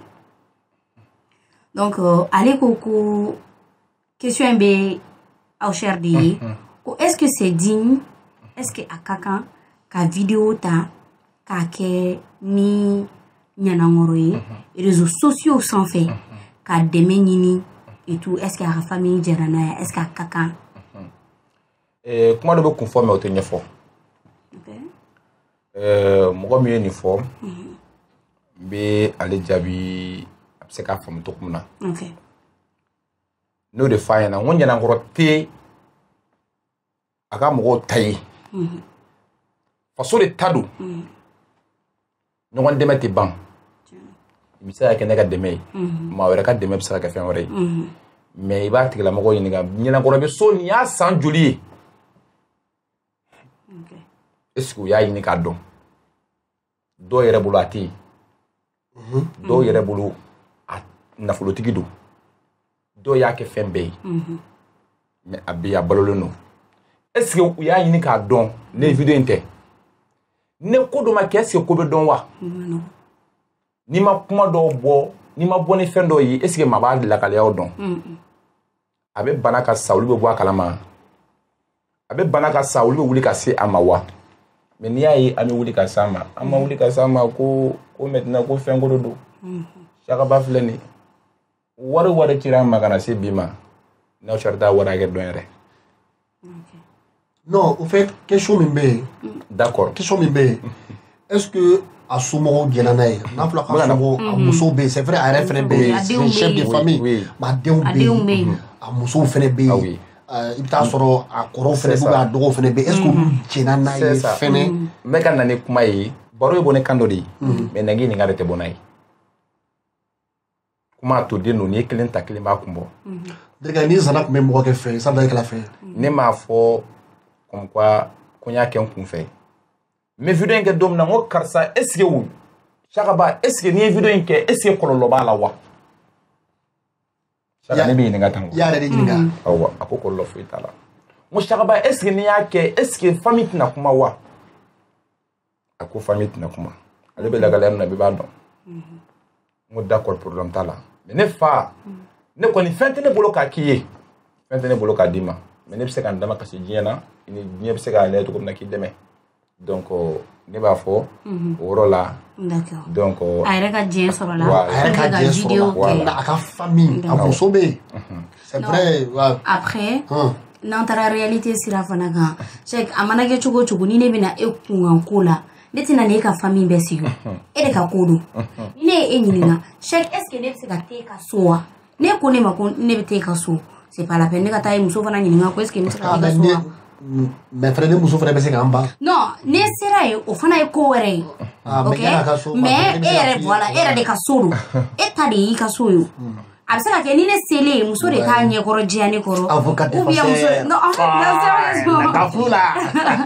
bɛ ɲɛnakɔrɔ ka kuma de la donc ni ɲɛnakɔrɔ kunkan ko don n'a yɛrɛ da ko ko kɔlɔlɔ tɛ yen ale de b'a ka famille dɔn ale de b'a ka situation dɔn donc n'a ka accord di moi je trouve déjà k'a yɛrɛ bɛ yan d'accord problème t'a la. n bɛ se ka mot kelen fɔ waati min na ne bɛ n waraka sinima in na ne ma mɔgɔ si ka avis ɲininkali kɛ a danna ne ni réalisateur cɛ a m'a fɔ n ye Bamakɔ dɛ a y'a fɔ n ye tournage kɛyɔrɔ de ye ma mɔgɔ si ka avis ɲininkali kɛ ne bɛ fɛ de farafinna ka taa ɲɛ ni n ka art ye n fanga bɛ se ka min kɛ bon dɔw bɛ se k'a kɛ lagosi ye kɛ parce que a ɲɛsinnen don olu de ma mais ne kɔni hali sini n b'a kɛ. ne b'a dɔn min bɛ na. donc kɔrɔ ye artiste de ye. d'accord kɔrɔ ye artiste de ye. mɔgɔ filanan min ka question taara ale ye Leblanc Jawara an ka foli bɛ se a ma fɔ a sigiyɔrɔ la Leblanc ko Lalabi ka ko la depuis Lalabi taɲara ka se bi ma ko relation jumɛn bɛ i ni Lalabi denw ni ɲɔgɔn cɛ aw sera. i n'a fɔ cogo di.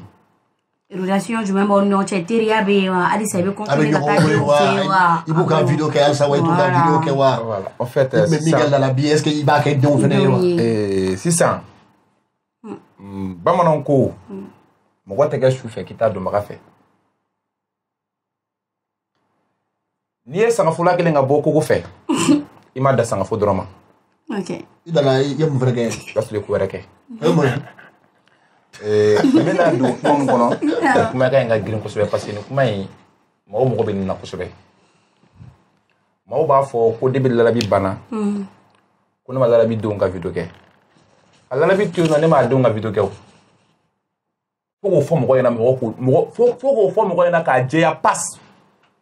ka lalabi yɛrɛ to balo la ne m'a denw ka video kɛ mais est ce que a denw fɛnɛ tun bɛ se ka video kɛ o kuma wa lalabi a denw bɛ video k'o kuma kɛ ayi bien sûr ka u yɛrɛ mabalima kɛ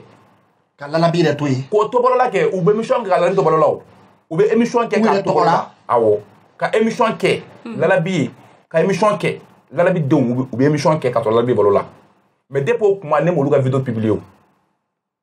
depuis o kuma ne m'olu ka video publier mais ne saya kana saya ye bɛɛ ta ye ne kɔni ne y'u bɛɛ ta ye foyi tɛ ne n'u cɛ fo k'o fɔ mɔgɔ ɲɛna k'o bɔ mɔgɔw kunna jɔ mais lalabi den sugu dɔ don a wolowolodenw de don a b'a kɛ to dɛ k'i bɛ ka ɲininkali de kɛ wolowolodenw wa ou bien dɔgɔnindenw wa mɔgɔ lafara tɛ k'a fɔ k'u ka du farafara o tɛ an bɛ fɛ ka kuma in jɛya de a wolowolodenw de wa ou bien parce que ne y'a mɛn ko lalabi yɛrɛ dɔw yɛrɛ denmisɛnninw ko denmisɛnnin fitininw de don mais e bɛ ka mun fɔ nin ye donc sisan bamananw ko ten bamananw fɛnɛ ka ca bamananw ko naamu n'i y'a min nɛn gosira i y'a labɔ o ye tiɲɛ ye non n'a b'i da kɔnɔ kɔni kuma sera na fɛn min ye diɲɛ kɔnɔ o de ye makun ye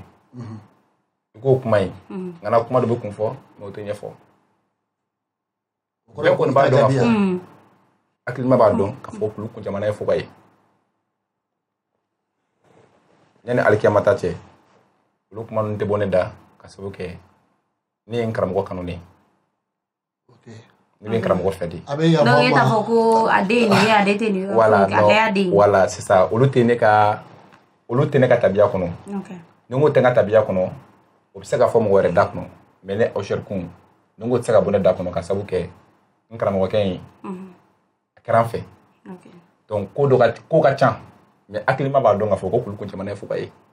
n bɛ dan o yɔrɔ la yen donc en réalité foyi t'i ni lalabidenw ni ɲɔgɔn cɛ aw ye ɲɔgɔn wele ou bien ouais foyi tɛ ne n'u cɛ ka kuma fɔ mɔgɔ ɲɛna ka faranfasiya pewu ka b'u la kɛlɛ tɛ ne n'u cɛ lalabi bɛ sa don min na tile 40 don ne de u ka sigili la ne de y'u ka video filmer k'a bila n ka page kan o kɔfɛ an nana an sigi ka fɔ kɛ hakilinaw ma ɲɔgɔn sɔrɔ même hali kunu an kɔrɔ ne ye lalabi denkɛ ka video ta k'a bila n ka page kan n'o ye Mohamed Lalabi ye ne y'a ka video ta k'a bila n ka page kan a tilala ka ne wele o dugukila kelen fɛ 1 heure kuma ne y'a bila 23 heures kuma ne wele ko ne k'a jigin o ka page kan ko ne k'a jigin jɔ mama faamuya a ka video ta k'a bila i ka page kan a tila k'e wele appel normal a ye ne wele appel normal la ko ne k'a jigin donc i se ka kɛlɛ de b'aw cɛ yan donc ko ne k'a jigin n ma se k'a faamu ne e m'a ɲininka mun na a ko ten ne y'a ɲininka ko mun na a ko non foyi ko n k'a bɔ n ka page kan n ko d'accord problème foyi t'a la bamanan ko bamananw sɛgɛnna ni yɔrɔ la sa karamɔgɔkɛ ne bɛ kuma de f'i ɲɛna bamananw ko ten ko ne bɛ si ka kuma de fɔ i ɲɛna i bɛ si ka kuma de f'i ɲɛna i t'a mɛn tulo la ne bɛ si k'a fɔ yan bamananw ko di ni ala bɛ fɛ ka wulu mangoya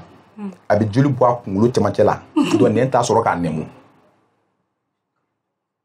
nin kumakan in mɔgɔ diɲɛ bɛɛ ka nin kumakan in lamɛn ka ɲɛ kosɛbɛ na ala bɛ fɛ ka wulu mangoya dɔrɔn a bɛ joli bɔ a kuntɛgɛ cɛmancɛ la donc nɛn t'a sɔrɔ k'a nɛmu aw de ko ne ma ko mun na ne lalabi den ka video publier mais ne y'a video ta k'a bila n ka page kan a tilala ka n wele téléphone na k'a fɔ ko n k'a bɔ n ka page kan o tuma na n bɛ mun yɛrɛ ɲini sɛ kɛmɛ binna kɔlɔn kɔnɔ sɛ tan t'i jigi a la e si ɲɛna kun ye mun ye sɛ kɛmɛ binna kɔlɔn kɔnɔ sɛ tan t'e jigi a la e bɛ si ɲɛna mun na o tɛ si ɲɛna kun wɛrɛ karamɔgɔkɛ cɛ ne bɛɛ ko tutu n'i ma ko i bɛ ɲigin koyi o bila ko wɛrɛ ɲɛɲini donc n b'a ɲini kanubagaw fɛ o yɔrɔ la kanubagaw nin kɛra aw yɛrɛ ɲɛna ka ban aw yɛrɛ bɛ video suit video tun bɛ yɔrɔ min na bɛɛ y'a ye bɛɛ y'a vu tun bɛ yɔrɔ min na donc a tilala a ye n wele a su fana fɛ ko n ka video bɔ n ka page kan donc ne y'a bɔ n ka page kan kɛlɛ ne ni n denw cɛ ne ma deli k'u kɔnɔya n ma deli k'u juguya n ma deli k'u asiriya ne b'u juguya mun na an tɛ sira kelen kan ne bɛ se ka olu dɛmɛ de ne tɛ se ka olu fara ka sabu kɛ ne y'olu fa dɛmɛ de n ma deli k'u fa janfa tile kelen wa hɔn ne n'u fa fana cɛ dɛ fo mɔgɔw k'o fɔ maliyɛn bɛɛ na pewu ne ma deli k'an jɔ fɔlɔ u fa ma fɔlɔ a ye mugan di yan aw yɛrɛ parɛ Ate. Dieu bé à fo Dieu béré malou. Ndrega chenye bli nani. Ay no Dieu béré to ni ko ma ko ni ko mete wat no otene nete mo ko ya pour la suivre ni ma re o saka gere karamo ko saka ge parce que ni ay saka le ko la re parce que net di fe de gad ni mawo ayo tala de Ndrega le de boy ayo tala de ne ba bla de pew na yin jamaata na yin jama'a bla na ma be ma mu yi jo ke saka ni ko la de saka foi fonema papa wa shete wuli ga wa fanga Okay. Katiba Calmos.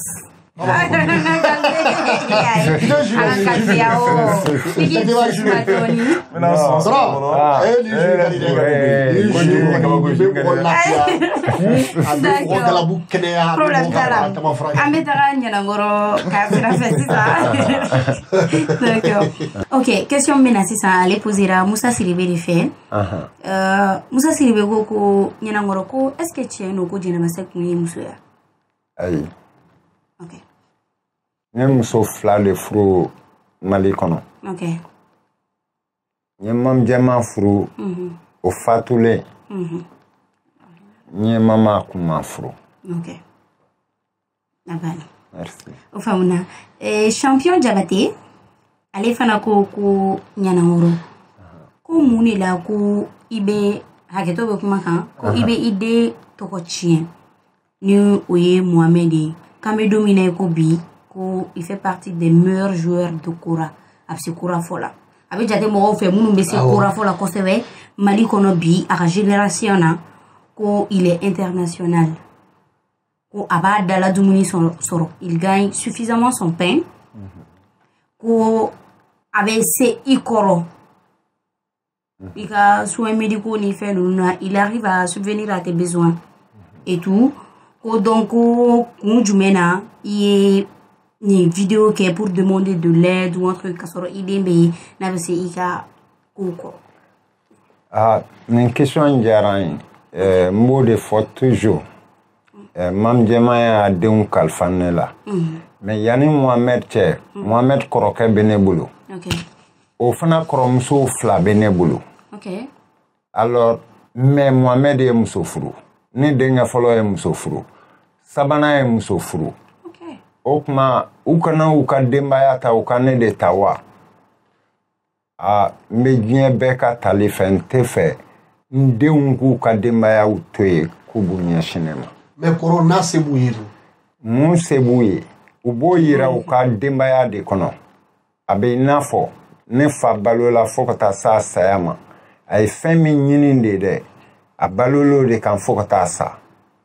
Ne bɛ se ka fɛn dɔ de k'a ye mais ne tɛ se ka n jɔ n'a ye. Ne ma n jɔ n'a ye fana. Basa famille bɛ ne fana bolo. Kɔrɔ. Naam. C'est compliqué. An ka cɛkɔrɔbaw caman an b'a mɛn u da n'u bɛ dugawu dɔn anw ye. Ko Ala ka an ta fanga di anw ma. O kɔrɔ de ko e dɛsɛra de pewu. Ne dun ko ne bɛ se ka baara kɛ hali sisan. Ouais, mais kɔrɔ n'i y'a ye vidéo kɔni kɛ la. C'est qu'il dɛsɛ de na. Donc n'olu bɛ se k'i ta ka i ka soɲɛw kɛ ka i labalo i kana bɔ ka vidéo kɛ k'a jira den na k'i dɛsɛla k'i to sutura kɔnɔ n'olu bɛ se k'o kɛ munna e b'i ban o ma. Ne ma ban ne t'olu fana kelen ta ye k'a fɔ ko n denw do tɛ dɛ. Mais n'olu bɛ se k'o kɛ dun. Est-ce que u bɛ se basa famille de b'u bolo ni filɛ nin coro min na. Non mais ni min ye question posée a ko k'u bɛ se. K'u bɛ se. Bon. O y'a jira e la ko u bɛ se de wa u bɛ e dɛmɛ wa. Ne den wa. Awɔ. A bɛ se k'a to sɔngɔ jan bi mais ne den se k'an balo fo saya an yɛrɛ tɛ sɔn o ma ou bien ne bɛ n yɛrɛ faga mais ne kɔni b'a dɔn ne fa ye n lamɔ cogo min kabiri n ye muso furu n ka famille de bɛ n bolo ne bɛ investi n ka famille de la. Okay. Bon kabiri n denw ye muso furu minnu furu la fana u bɛ ka investi u ka famille de la o de ka di ne ye mais k'i to i ka famille la. Kibina ne balo ni ye ne balo don la I b'a ko ne ka ti ɲɛna sira fɛ dɛ ne dun ye artiste de ne tɛ taa ni si t'a fɛ. Donc o y'i yɛrɛ de ka décision ye. Bien. Par exemple. Mais kɔrɔ o ne tɛ se k'i bɔ i ka décision kan a bɛ Mali de la kuma ka ca ko ka ca ni ne ko sisan e ko e tɛ fɛ i denw k'i dɛmɛ mais le fait que tɔgɔ min tun b'e la ka na ye bisaba pa ka na ye mɔgɔ bɔra k'e dɛmɛ k'e bila réseaux sociaux sanfɛ ko ka dɛmɛ ɲini e den minnu bɛ furu la olu bɛ est ce que e y'i miiri olu la olu bɛna kɛ cogo di wa. bon Mohamed ta la fa b'ale la ka tɛmɛ ne kan o de ye Tumani Jabate Tumani muso Fana Sakɔ o de tun ye ne muso dakawuli teri ye u b'u wele ko Filanu o de taara Mohamed ta don min a bɛ taa ta ne tun tɛ yen k'a ta ka na di Tumani ma Tumani nin ye i woloden de nin bɛ kora fɔ ani Siriki Jara ka kalan ɲɔgɔn fɛ k'a b'o bolo ka na di Tumani dɔgɔnin ma Mamadu Safi cɛ Mohamed bɛ Safi cɛ de nɔfɛ n'a bɛ faso jɔ kɛ a bɛ olu de ka duw jɔ ne den tɔw bɛ yen. Problème t'a là. Ok, avant maintenant. Donc, en mettant la question là-bas, fond quiz là, Abdoulaye Jabate. Allez, Roko. Abdoulaye Jabate. Oui. Comment tu crois? Allez, ni be Facebook ani. Dans le article de Abdoulaye Jabate. Donc, l'année passée, ko SOS Dounana, oui,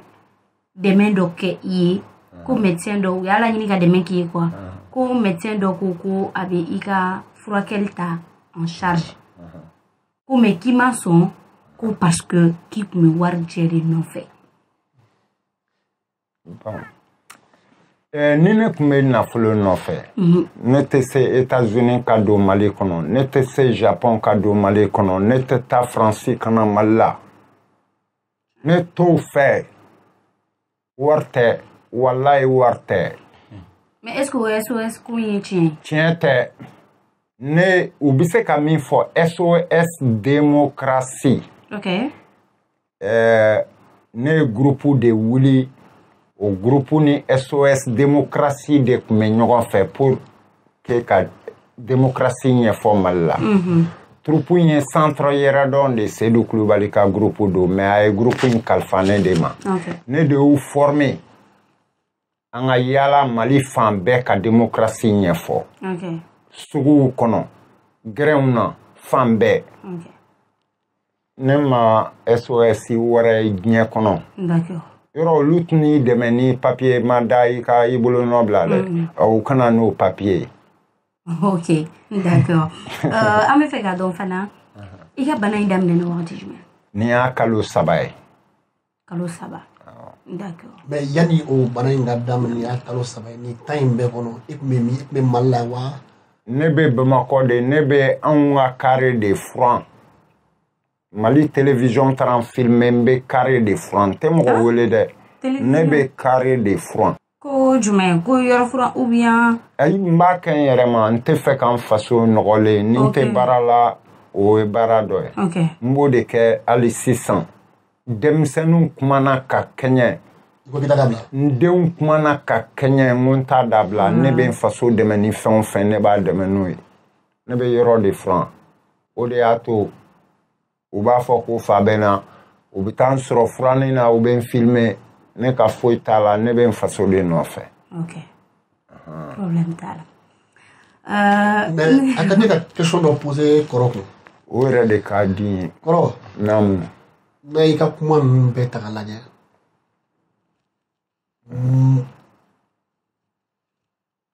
A ka di e yɛrɛ de ye bi na mɔgɔw k'i dɛmɛ i ka bana la wa ou bien u k'i dɛmɛ bi i k'i yɛrɛ sɔrɔ. K'an dɛmɛ n ka bana na k'an dɛmɛ ne ka se ka Mali de dɛmɛ. Cogo di ni contrat wɛrɛw ye film na wa ou bien? N ye sɛbɛnniw kɛ. N ye scénario kɛ théâtre kan. N ye scénario kɛ chorégraphie kan. N y'a kɛ cinémaniw kan. Pour que minnu bɛ se ka denmisɛnninw hakili ta ni bɛɛ b'i sɛbɛ i sɛbɛ don faso jɔ ma. Donc projet u b'i bolo. Projet u bɛ n bolo. D'accord. Mais e ka carrière kɔnɔna la i ye succès sɔrɔ tuma na i ma relation sɔrɔ tubabuw fɛ i ni mɔgɔ minnu bolo tola ɲɔgɔn bolo ni bisira n'olu i bɛ se k'a ci olu ma n'olu bɛ se k'i dɛmɛ yan. Fɔlɔ i n'a fɔ kabiri 87 parce que o de la n yɛlɛnna kosɛbɛ. Oui, yelen film bɔla 87 festival de Cannes. O y'a sɔrɔ ne tɛ tubabukan faamu. Ok. I b'a fɔ n b'a mɛn n t'a dɔn i bɛ min fɔ la. Ok. Alors dɔɔni de n y'a ɲini ka faamuyali kɛ. n m'a ɲini k'a fɔ dɛ. Basa quand je parle la langue française je suis pas trop digne de moi. Mais pourtant tu parles très bien le français maintenant. C'est ce que tu viens de dire, c'est une phrase. Mais voilà, et au thé, ni y'a fɔ bamanankan na o de bɛ na se n kɛrɛ ma. Ok, d'accord. N b'a dɔn n ye min fɔ. Ok.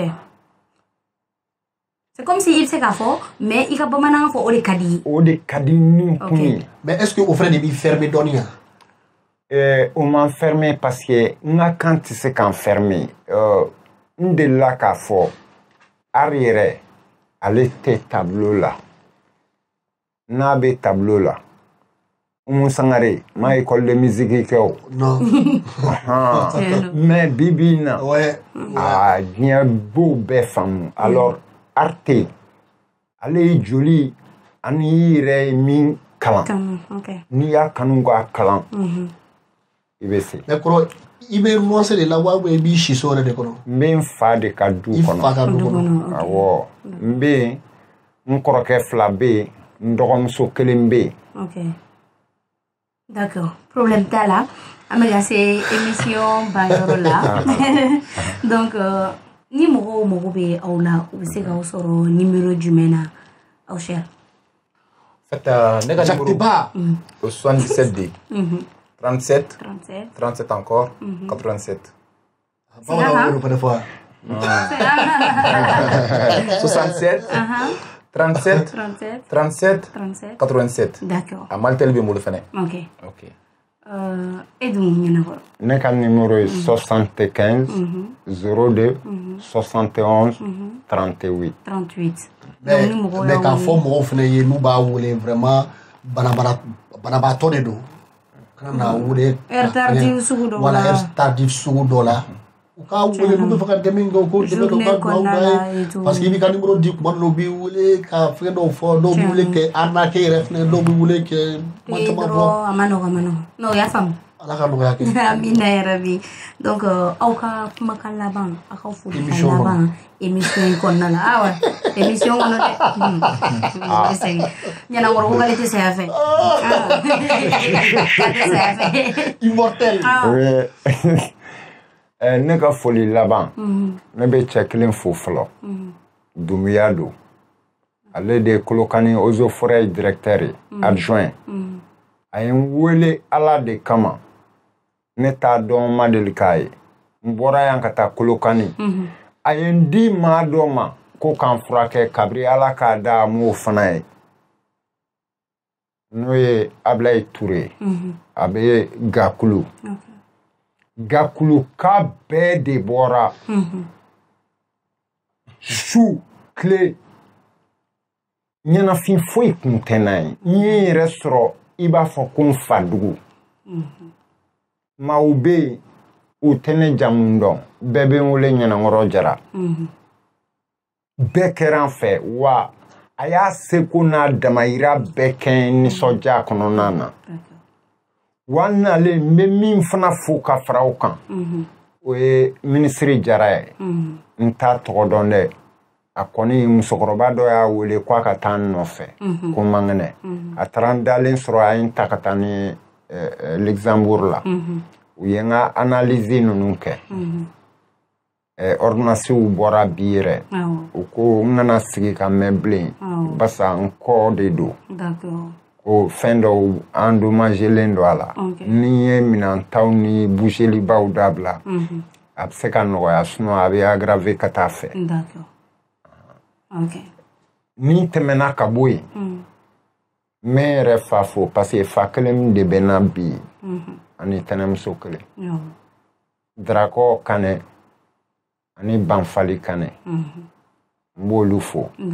mais balma bɛɛ fo diɲɛ dugu o dugu ni balma bɛ bɛ maliyɛn cɛ n'a muso fo nin kɛlen denmisɛn fitininw bɛ ne wele u bɛ dugawu don ne ye u b'a fɔ n ye fɛn tɛ ne bolo ka k'i ye mais n ka folikan o dɔrɔn de bɛ n fɛ n k'o bɛ n bɔ o b'a yira ko balima bɛ n na o b'a yira ko den bɛ n bolo o b'a yira ko sinji bɛ n na min ni n yɛrɛ taw tɛ kelen. D'accord. Oh, cher. Donc ne bɛ bɛɛ fo ka bɛɛ waleɲuman dɔn ala mun sɔnna ka nin sigi hɛrɛ la ka tila k'a kuncɛ hɛrɛ la ne bɛ ala tanu k'ala barikada donc ala folen kɔfɛ k'a ka Muhamadu fo ka bɛɛ lajɛlen fo an filɛbagaw n'a lajɛbagaw ka bɛɛ fo k'an kanubagaw fo minnu ye nɛrɛnkɔrɔ dɛmɛ n'an ye video bila minnu bɛ dɛmɛ kɛ ka se M5 mɔgɔw ma hali bi u sera ɲɛnankɔrɔ ma bi ka ɲɛnankɔrɔ dɛmɛ u ye dɛmɛ caman k'a ye bi a warilama a kumakan ɲumanama o caman kɛra a malo a sukaro n'a sukaro a ɲɔ u y'a d'a ma ka bɛɛ fo fɛn o fɛn ɲɛnankɔrɔ dɛmɛ ne bɛ aw bɛɛ fo k'an kanubaga bɛɛ fo nin wagati na ka waritigiw fo ka setanw fo ka setigiw fo mais nafolotigiya ye dakan ye fantanya yɛrɛ tɛ fugariya ye o bɛɛ latigɛ ka bɔ ala yɔrɔ nin yɔrɔ in na n bɛ Sanba Bacili fo Sanba Bacili n'u b'a wele Baco a bɛ Amérique i ma deli k'ale tɔgɔ mɛn dɛ mais n'i y'ale ye don min na i ye jinɛ ye n bɛ tila ka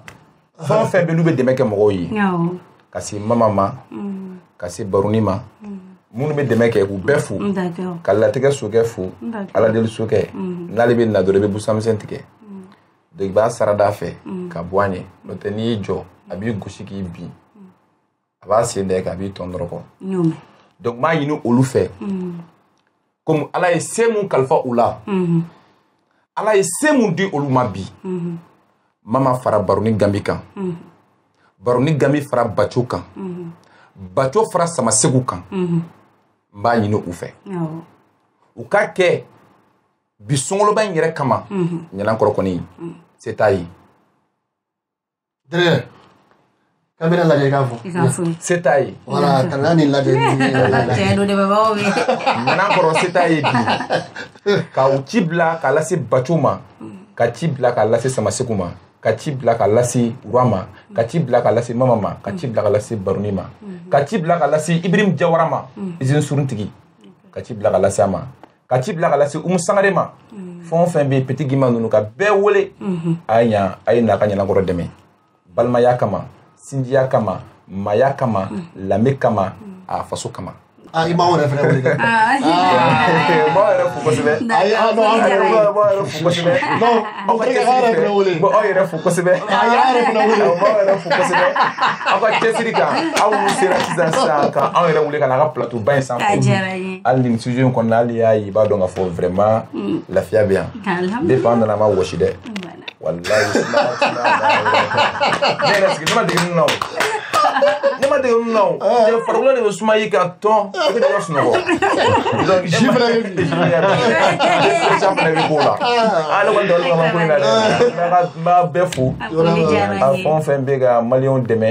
ka minnu bɔ dingɛ kɔnɔ k'u yira diɲɛ na n bɛ aw fo parce que ni aw tɛ anw tɛ yen wa ni aw tɛ yen maaw yɛrɛ tɛ yen parce que n'i y'a mɛn karisa i nɛn ka di i nɛn ka di o b'a sɔrɔ manifin dɔ de b'i kɔ maa min bɛ ka instrument ɲɛnama don i kɔfɛ ka taga n'i y'a mɛn i ɲɔgɔnna kumakɛlaba tɛ dɔ de bɛ ka i filmer n'i y'a mɛn i ɲɔgɔnna sariba tɛ dɔ de bɛ i dɛmɛ aw ni ce aw ka dɛmɛ la aw ka cɛsiri la aw ka maaya la aw ka hɔrɔnya la yarabi ama ala k'aw bɛnnen to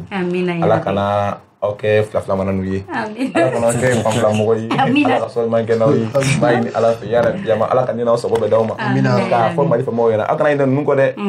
ninnu aw kana ɲinɛ ninnu kɔ dɛ mali faamaw k'a ɲini aw fɛ aw kana ɲinɛ ninnu kɔ walahi aw kana ɲinɛ ninnu kɔ karamɔgɔkɛ nafolo bɛ dɔ bolo mais tɔgɔ t'o la dɔ bɛ nafolo bɔ ka tɔgɔ san a tɛ tɔgɔ sɔrɔ ninnu tɛ san sɔrɔ ni juru tɛ malidenw an kana ɲinɛ an ka sijutigiw kɔ comme yɛrɛ a ka RHM Buzz. an kana ɲinɛ o kɔ N'a kana ɲinɛ o kɔ dɛ. an kana ɲinɛ o kɔ dɛ ka bɛɛ fo An b'a wele fɔ an ni ce. N'an donna gasi la, a ka yafa. D'accord. Halisa an b'an dɛmɛbagaw fo ka da kan olu bɛ an dɛmɛ ka ni émission organiser dimanche o dimanche. Teflecha, Jupressea, ale ni OTS. Cheikh. Oui. An bɛ émission bila yan. Oui, alhamdoulilah. Merci beaucoup. Merci aussi à toi. D'accord. Aw k'an bɛn Cheikh. N'Ala sɔnna.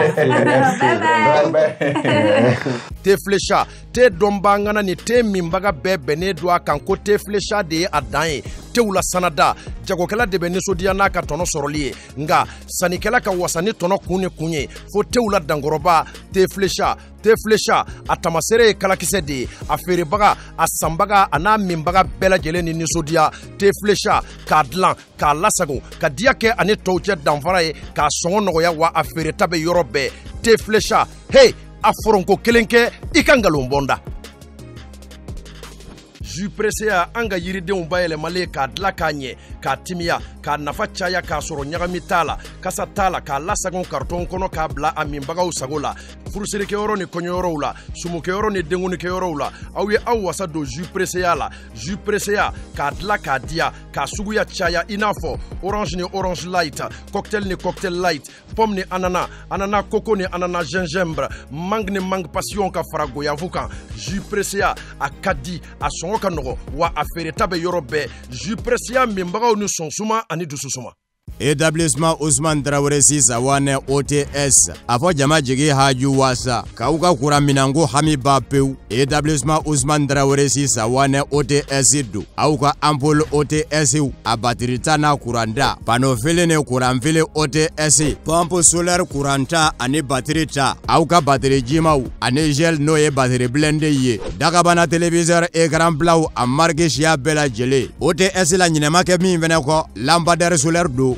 dukɔnɔta ni kɛnɛma ta k'a ka salon ni chambre minɛ k'u suma dɔbɛ a fɔ humidificateur ani climatisation a kuranta n'a batiri ta fɔ ka taa se a ka réfrigérateur ni congélateur mɔ ka danfara bɔ dugubaw ni togodaw cɛ an filɛ nin ye daba naani na Bozola rue la Brime ka tɛngu kalilakaw ka duba la alimamina botigiba fila cogo bɛ ye daba naani na immeuble Touré la boutique numéro 24 ni boutique numéro 25 bɛ aw ka bila la ye ngoloni na ɲarela kaburu do tɛmɛnen kɔ I kundalen kɔntɔrɔ ni sanɛ kan OTS boutique ba da yɛlɛn bɛ ye Kolokoro ta sira kan Moribabugu kɔnɔ I tɛmɛnen Moribabugu mairie la ni ye numanbolo lajɛ OTS boutique da yɛlɛn bɛ ye ka yɔrɔjan dama fɛnɛ bɔ a ci la Établissement Ousmane Traoré Sisawane OTS kɛn bɛ k'a ka boutique belebele da yɛlɛ immeuble Nimagala la yɔrɔ kura tɛtinɛku do min lasɔrɔ ka di n'a mago jɔra an na a bɛ se ka weleli kɛ 77 50 50 89